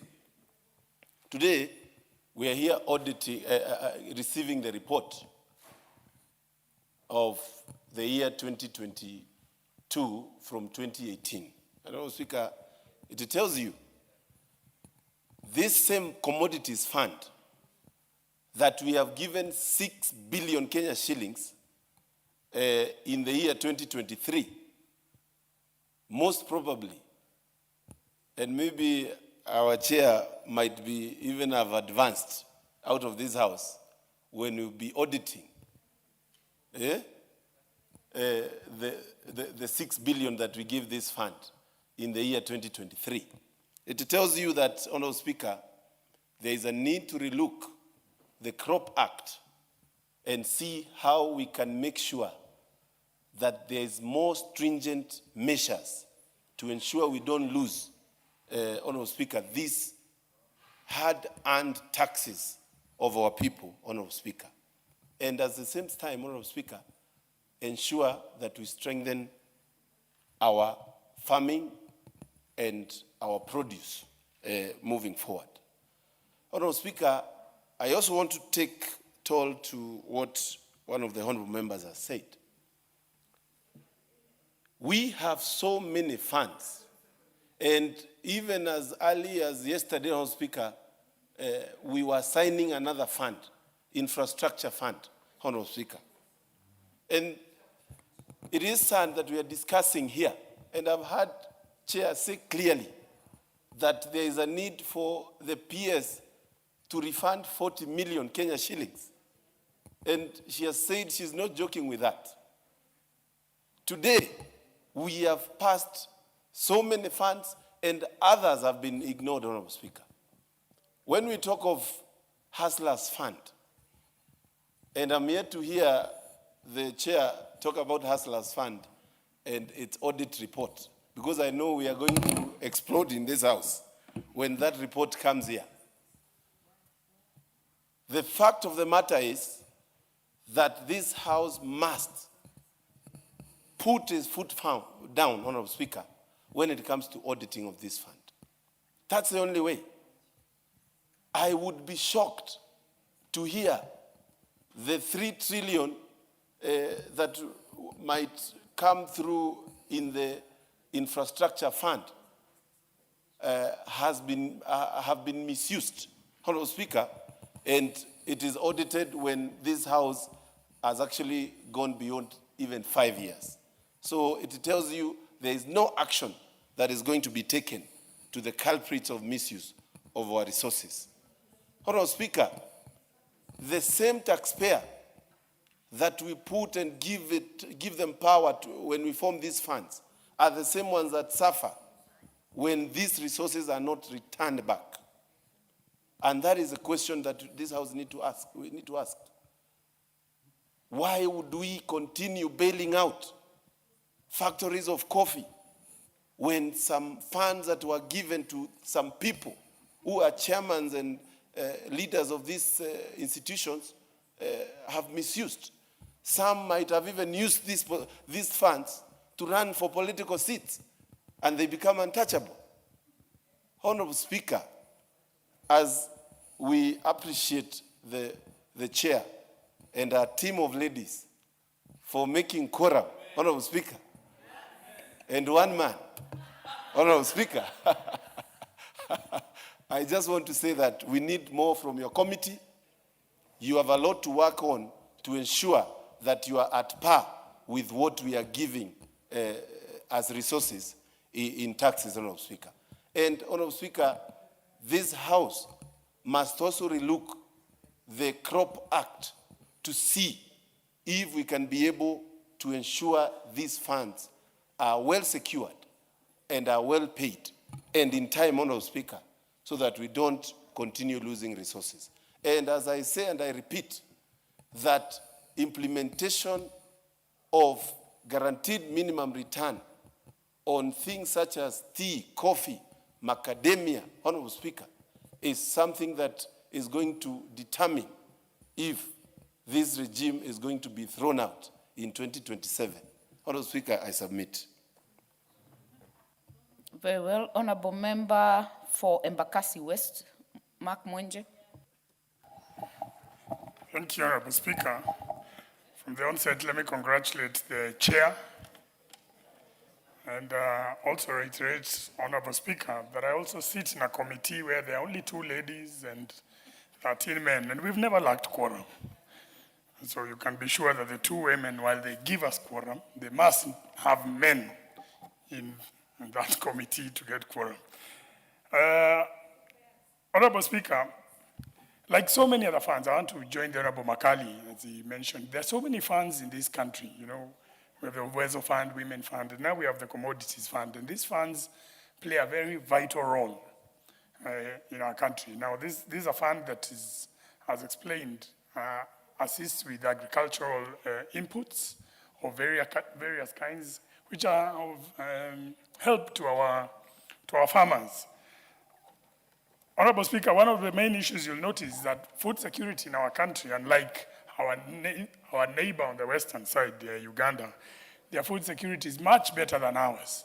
So this is a vital fund. It can help us. We know that there is fertilizer, whether it's subsidized. There are times the costs are a bit high, and this is what can assist. Honorable Speaker, like all these other funds, like Wezo Fund, we have an issue with the funds that are made available during the budget cycle. And more importantly, these loans, even how they are managed, both for Wezo, both for Women Fund, they are facing the same challenges. How do we collect on these loans? How do we ensure that these resources are not lost? That is the key issue that the Auditor General needs to advise us on. Honorable Speaker, one of the things that I would request the chair to even to put to the Auditor General is that we need to know more on these safeguarding measures that the Auditor General would recommend to us, that even if we need to change the laws that apply to all these funds, we're able to do it in a proper manner so that we ensure that this money is not lost. 2, all these officers who manage these funds, the fund managers, so to call them, we require them to be diligent and ensure that all these people who get funds, whether it's Wezo, whether it's Women Fund, whether it's a Commodities Fund, that they are held accountable.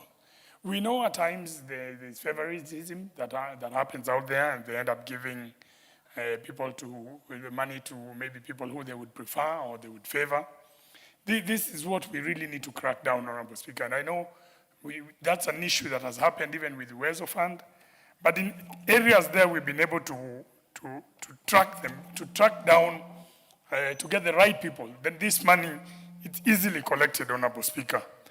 Honorable Speaker, the issue also of training some of these farmers, some of these groups who borrow this money, there's no training, because at times you find these funds don't have the component for training. At times, they don't even have the money to provide for maybe whether the committees that are responsible for these funds, that money is not even available to them. It's something that we really need to look at our budget process and make those funds available. These funds, if we look after them properly, they can work in the same way the NGCDF and the NGAF have worked for this country, and they can really change the dynamics of our people out there, and more so in this case, when it comes to the commodities fund and what it can do for our agricultural sector. Otherwise, I want to just thank the chair for a job well done, but I also want to echo the comments of the Honorable Mayaka that it is important for these reports, in order for these audited reports to have legal and binding status on some of the decisions, whether you've decided to surcharge an accounting officer. When you bring an audited report for the year 2018, 2019, up to 21, 22, then unfortunately, depending with the language, some of the actions that the committee might have taken might be limited because of the time, because these reports, once released by the Auditor General, we only have 3 months to debate these reports. But if you are able, and I thank the Auditor General, if we are able to bring those prior unresolved issues and you bring them all the way forth to the current financial year, then those issues remain outstanding and they can be binding. That's, I think, the approach that this House needs to take when it comes to these reports. And I'm glad to see that most of the audit committees, for most of the reports that they're going through, they're now doing all the reports up to the current financial year that is being audited, 2024, 2025, so that we ensure that any action that was taken in the past can be brought forward and action can be taken. With that, Honorable Speaker, I beg to support. Thank you. Honorable Passaris. Thank you, Honorable Speaker. I rise to contribute to the motion on the report of the Special Funds Accounts Committee on the audited report for the Commodities Fund for the financial years under consideration. First, I commend the committee under the leadership of Honorable Fatuma Full Network for undertaking its oversight role in reviewing the management and utilization of the fund. Oversight is one of the most important responsibilities of this House, particularly where funds are meant to directly support the livelihoods of our people.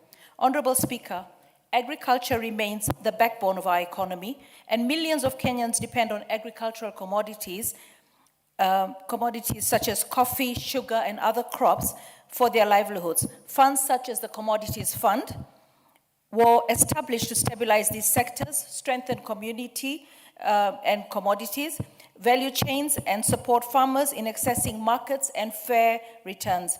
However, Honorable Speaker, the true measure of any commodity fund is not the reports that we're tabling in Parliament. It is the income a farmer takes home at the end of the season. Many farmers across the country continue to struggle with low prices, delayed payments, weak market structures. This raises the fundamental concern as to whether the resources allocated through such funds are actually reaching farmers in a meaningful and timely manner. Honorable Speaker, as we speak about the economic empowerment and the bottom-up transformation of our economy, we must remember that farmers form the foundation of this vision. Strengthening commodity fund must therefore translate into better prices, improved productivity, access to markets, and value addition within the agricultural sector. At the same time, we must ensure that these funds are managed to the highest standard of transparency, efficiency, and accountability, so that they do not become administrative structures that consume resources without delivering tangible benefits to the intended beneficiaries. Honorable Speaker, if properly managed, the Commodities Fund can play a critical role in revitalizing our agricultural sector, strengthening farmer incomes, and enhancing Kenya's competitiveness in regional and global markets. With those remarks, I support the adoption of the committee's report and urge all those that are entrusted with funds, various funds, to do so much for our people, to really start managing those funds well, because this is where we begin to show that we are a government for a people and government that is working for the people. So if you're entrusted, whether you're a chair, you're a board member, you're an office executive, if you have been given a fund, we don't want to have members standing here and saying that some of those funds were misused and maybe members used it to come back and get re-elected. I mean, we need to honestly put the money to serve the Kenyan people. And when we do that, then Kenya will be able to transform itself from developing to developed. We will move from being dependent to interdependent to independent. So, Honorable Speaker, I support and I really commend the committee for trying to ensure that they get up to date in terms of audits. That was a big problem that we saw when I came in the last parliament. But in this parliament, I can see we're trying to do the catch-up so that we are up to date with all the reports that we need to table in this House. I thank you, Honorable Speaker, and I support. Member for Mumias East, Honorable Salasia. Madam Speaker, I want to rise to support the committee's report on the following grounds. You're all aware that the commodity fund is one of the key critical funds that could have transformed this country's economy. And I remember last year when the president came to Mumias Sugar, one of the things that I raised there is that we have some loans that are being owed by the Mumias Sugar Outgrowers Company. And the commodity fund was is holding or is looking forward to receive money from the outgrowers, Mumias Sugar Outgrowers of about 60 million. So my question has been, it has taken us almost a year without getting a clear report on the recommendation. And even when the president advised that we need those loans of Mumias Sugar Outgrowers to be written off, up to now, there's been no any significant report on that until today when we are having this report in this House. So I think it is very high time that the commodity fund needs to be serious with its work, because if we could have received that, those loans could have been written off, and the properties that are being held by the commodity fund gets back to the farmers of Mumias Sugar, then the farmers could be able to develop cans and use it and even repay that loan in a much better, easier way. So my recommendation on this is to ask this House that most of the funds are not performing well because of lack of the AIE, that is the authority to incur the expense. Because you find, like, even we take an example of Uwezo Fund.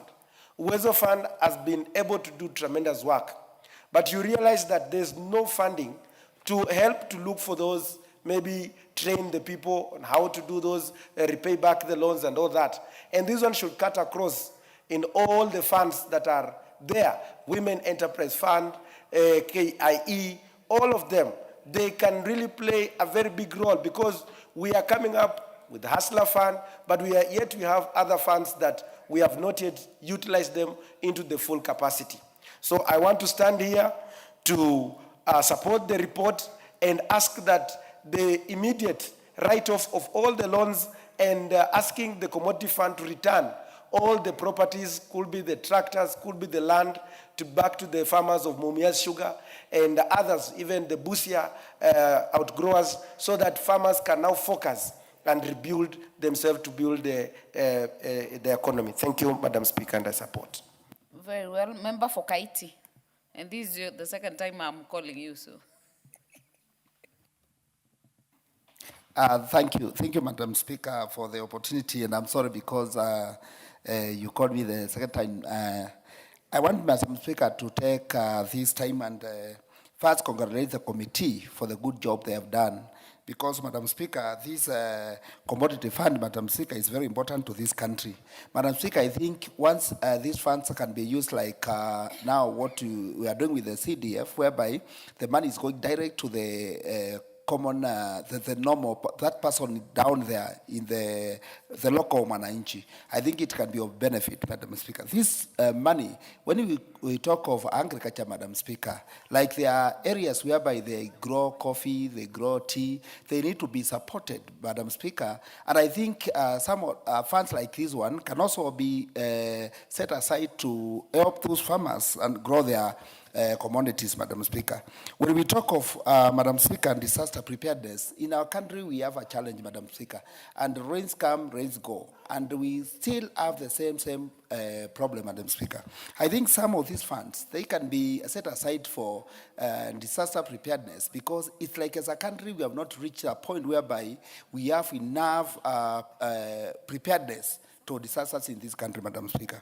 I think when the committee was tabling the report, I was keenly listening to the report, and I went through the report, and I think this is a good job they are doing, and we need to support it. And I think if we go to this direction, what I can request a committee is that, as my colleague have said, we update this one to be, we can have the current one for like 2023, 2024, so that we can be close to the year, so to avoid discussing things which are taken by event or are taken long. And I think because they are doing a good job, I know they'll make it. And next time as they table the report, we want to see a report which is current and which is capturing the 2020, like the current years. Thank you, Madam Speaker, I support. Very well. Honorable Wako. Thank you, Honorable Speaker.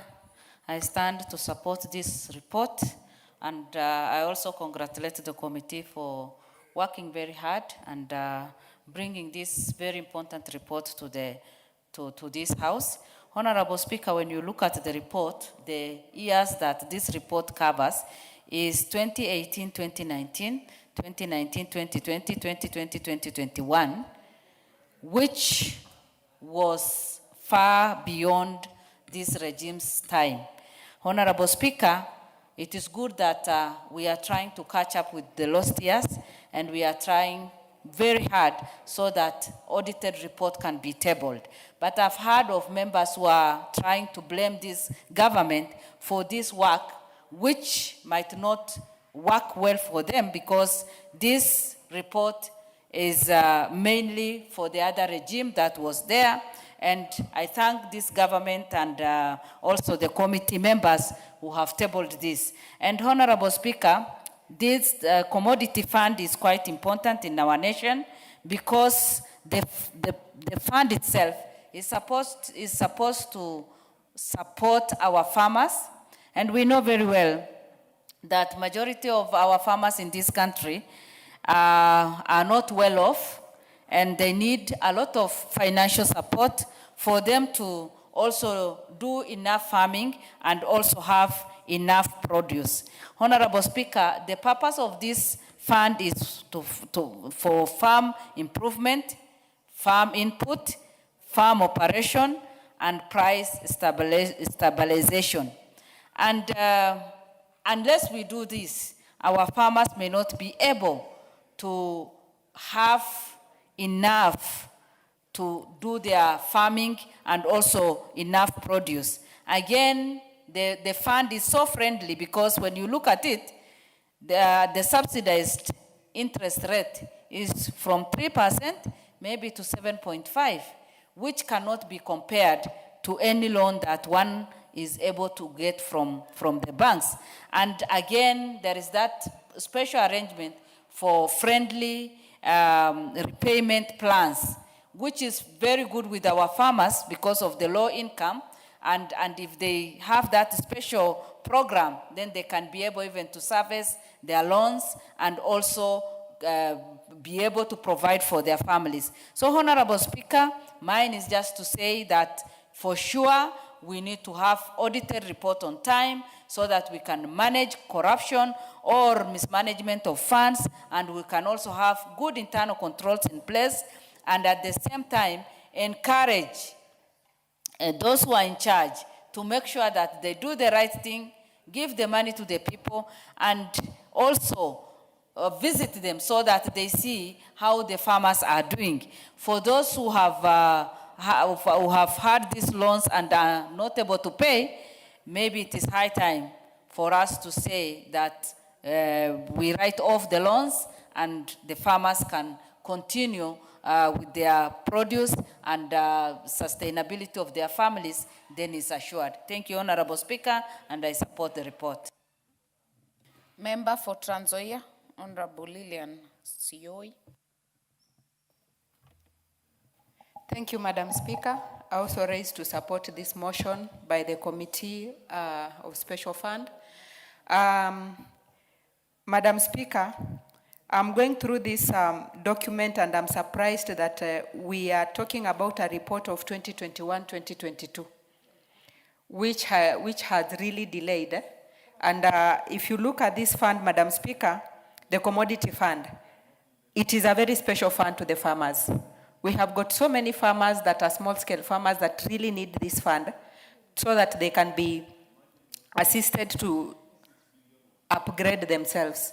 But it is so unfortunate if I go through this document and realize that there is a COP development state agency that has taken 40 million from the same fund and has not returned for a good number of years. Madam Speaker, I would like to urge and thank the committee because it is important to raise such issues so that we can talk about them and see how these small funds can be assisted. I want to also bring in the Youth Fund, Uwezo Fund, Women Enterprise Fund, a good number of funds that we have in this country. But if you look at those funds, Madam Speaker, they're not operating at the moment. And I'm so sure we have similar challenges that they're undergoing. And that is why we are not able to see what this fund is assisting our people with.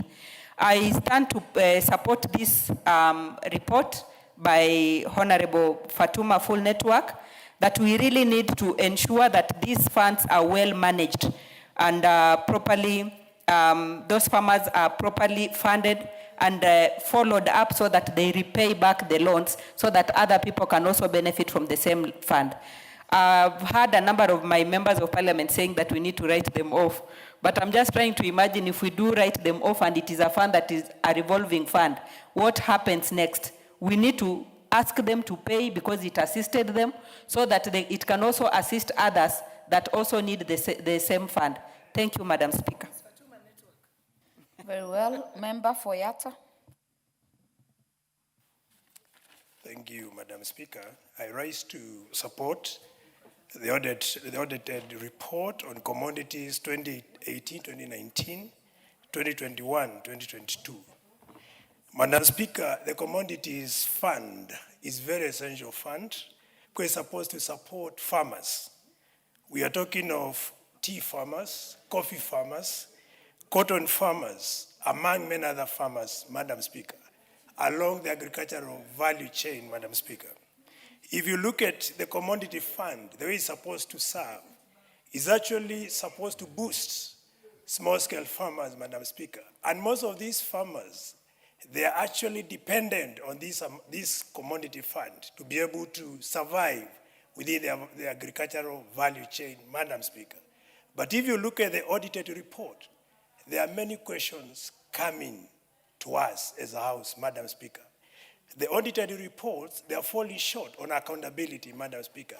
And you find many farmers who would have benefited from this fund did not indeed benefit from the fund, Madam Speaker.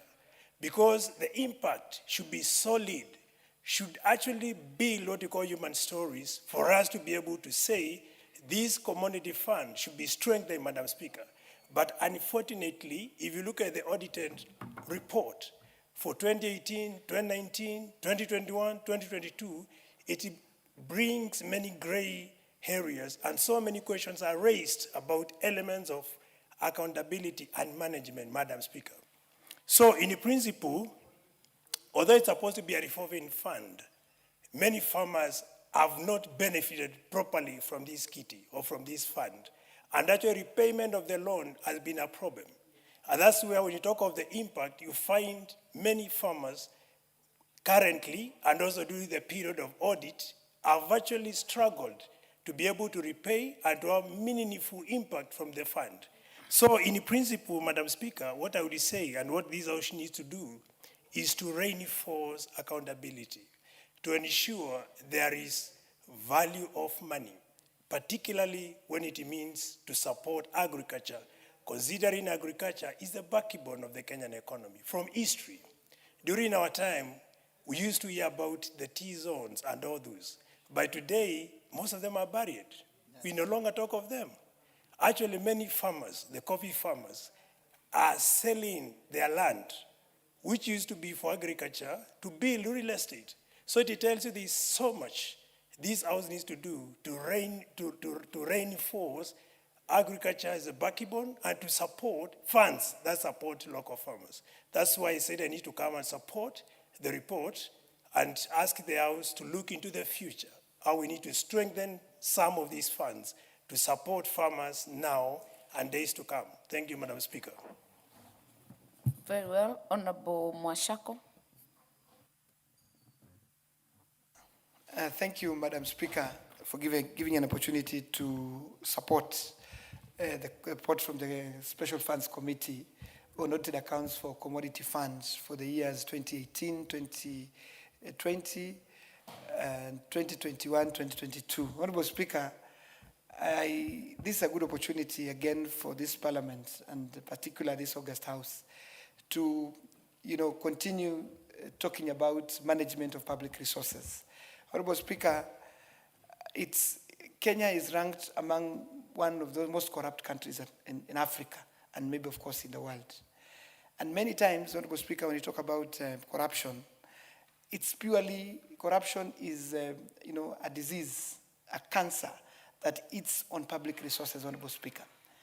And it is sad that most of the avenues that are used to pilfer public resources, Honorable Speaker, some of them, it is through these funds, Honorable Speaker, special funds created for specific purposes, Honorable Speaker. We know under Crops Act, Honorable Speaker, this special fund, Commodities Fund, was created. It had so much hope for Kenyan farmers that this fund will be able to solve many of their issues. It was supposed to make sure that these farmers get inputs, they get the right seeds, they market their crops, and at the same time build capacity. Honorable Speaker,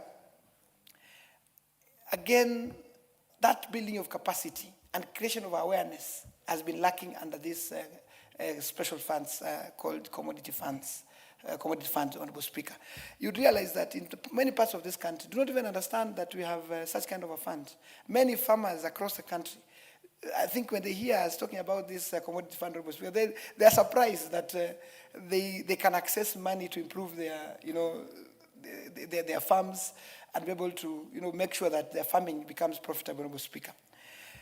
In previous regimes, Honorable Speaker, and in the 90s, we know and we've been following that most of these funds were, and the borrowing that has happened, politically correct individuals, politically correct farmers were the ones who are benefiting from these special funds, Honorable Speaker. And therefore, Honorable Speaker, as we stand here today to debate around this report, I'm impressed by the report because there are many recommendations that have been made. But more importantly, Honorable Speaker, we must inform Kenyans that there are these funds. So that then every farmer across the country, if it's a farmer who does cashew nuts, a farmer that are doing coconut, if a farmer that are doing tea and coffee, and sugar and the rest, who wants to benefit from this fund, then they are able to access. But again, we must say, Honorable Speaker, it appears that this fund only supports coffee and tea. And yet we know we have, and coffee and tea is grown in few places in the country. And therefore, Honorable Speaker, we need to, this fund and the CEO, needs to go out there and do awareness, disseminate this information to all the farmers across the country. And if there are crops that are not included under this this fund, Honorable Speaker, they need to be included. So that every part of Kenya must also benefit from the funding that we appropriate from this House.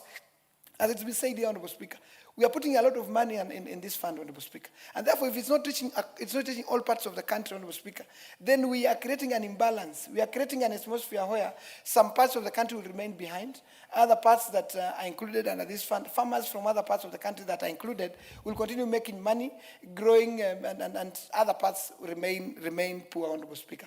But Honorable Speaker, again, this fund, and it is important that as Parliament, I think these funds have become too many.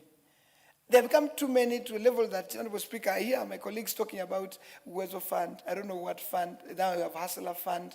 Now we have, I think Nyota, just that is not called fund, but it's again Nyota is also another fund. We have so much funds, Honorable Speaker, that to be honest, I've never seen a report that comes to this House indicating whether we are getting value from these funds, Honorable Speaker. We have not seen any report that indicates whether we should continue having these funds, and yet our people continue remaining poor, Honorable Speaker. And so, Honorable Speaker, as I speak today here, I would call myself, I would really want to know whether this Parliament can legislate and possibly collapse all these funds to one or two funds, and therefore put stringent measures to control wastage, to control misappropriation, and maybe create an anchor body that looks at what value do we gain from all these funds, Honorable Speaker. And particularly, Honorable Speaker, we say Kenya is an agricultural country.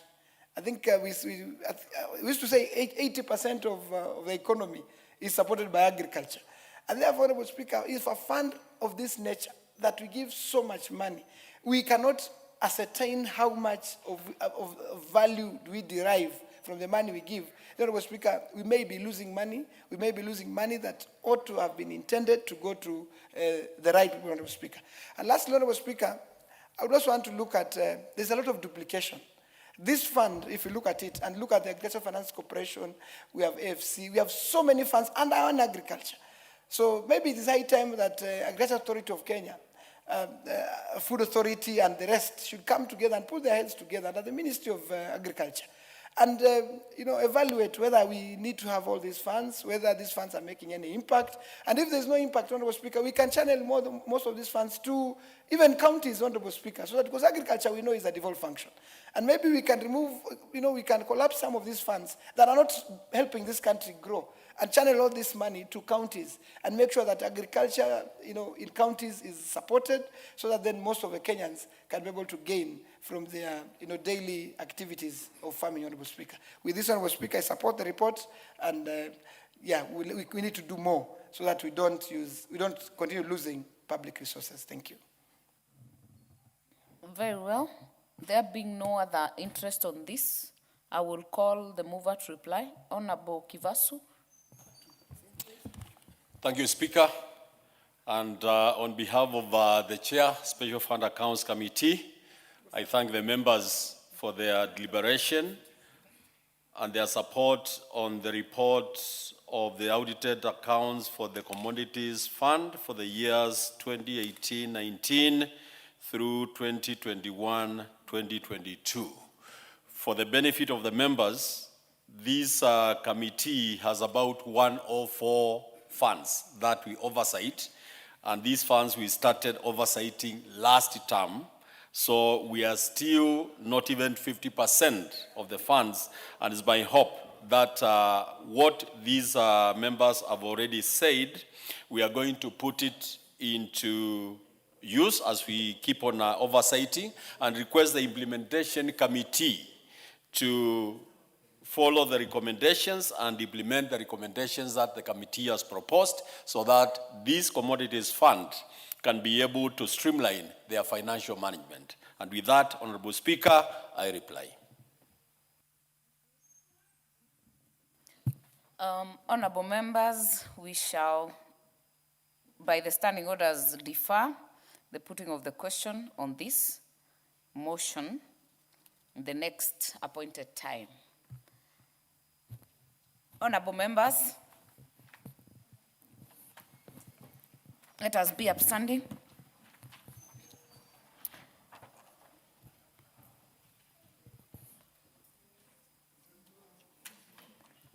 Honorable members, and the time now being 7 p.m. This House stands adjourned until tomorrow, Wednesday, the 11th of March, 2026, at 9:30 a.m.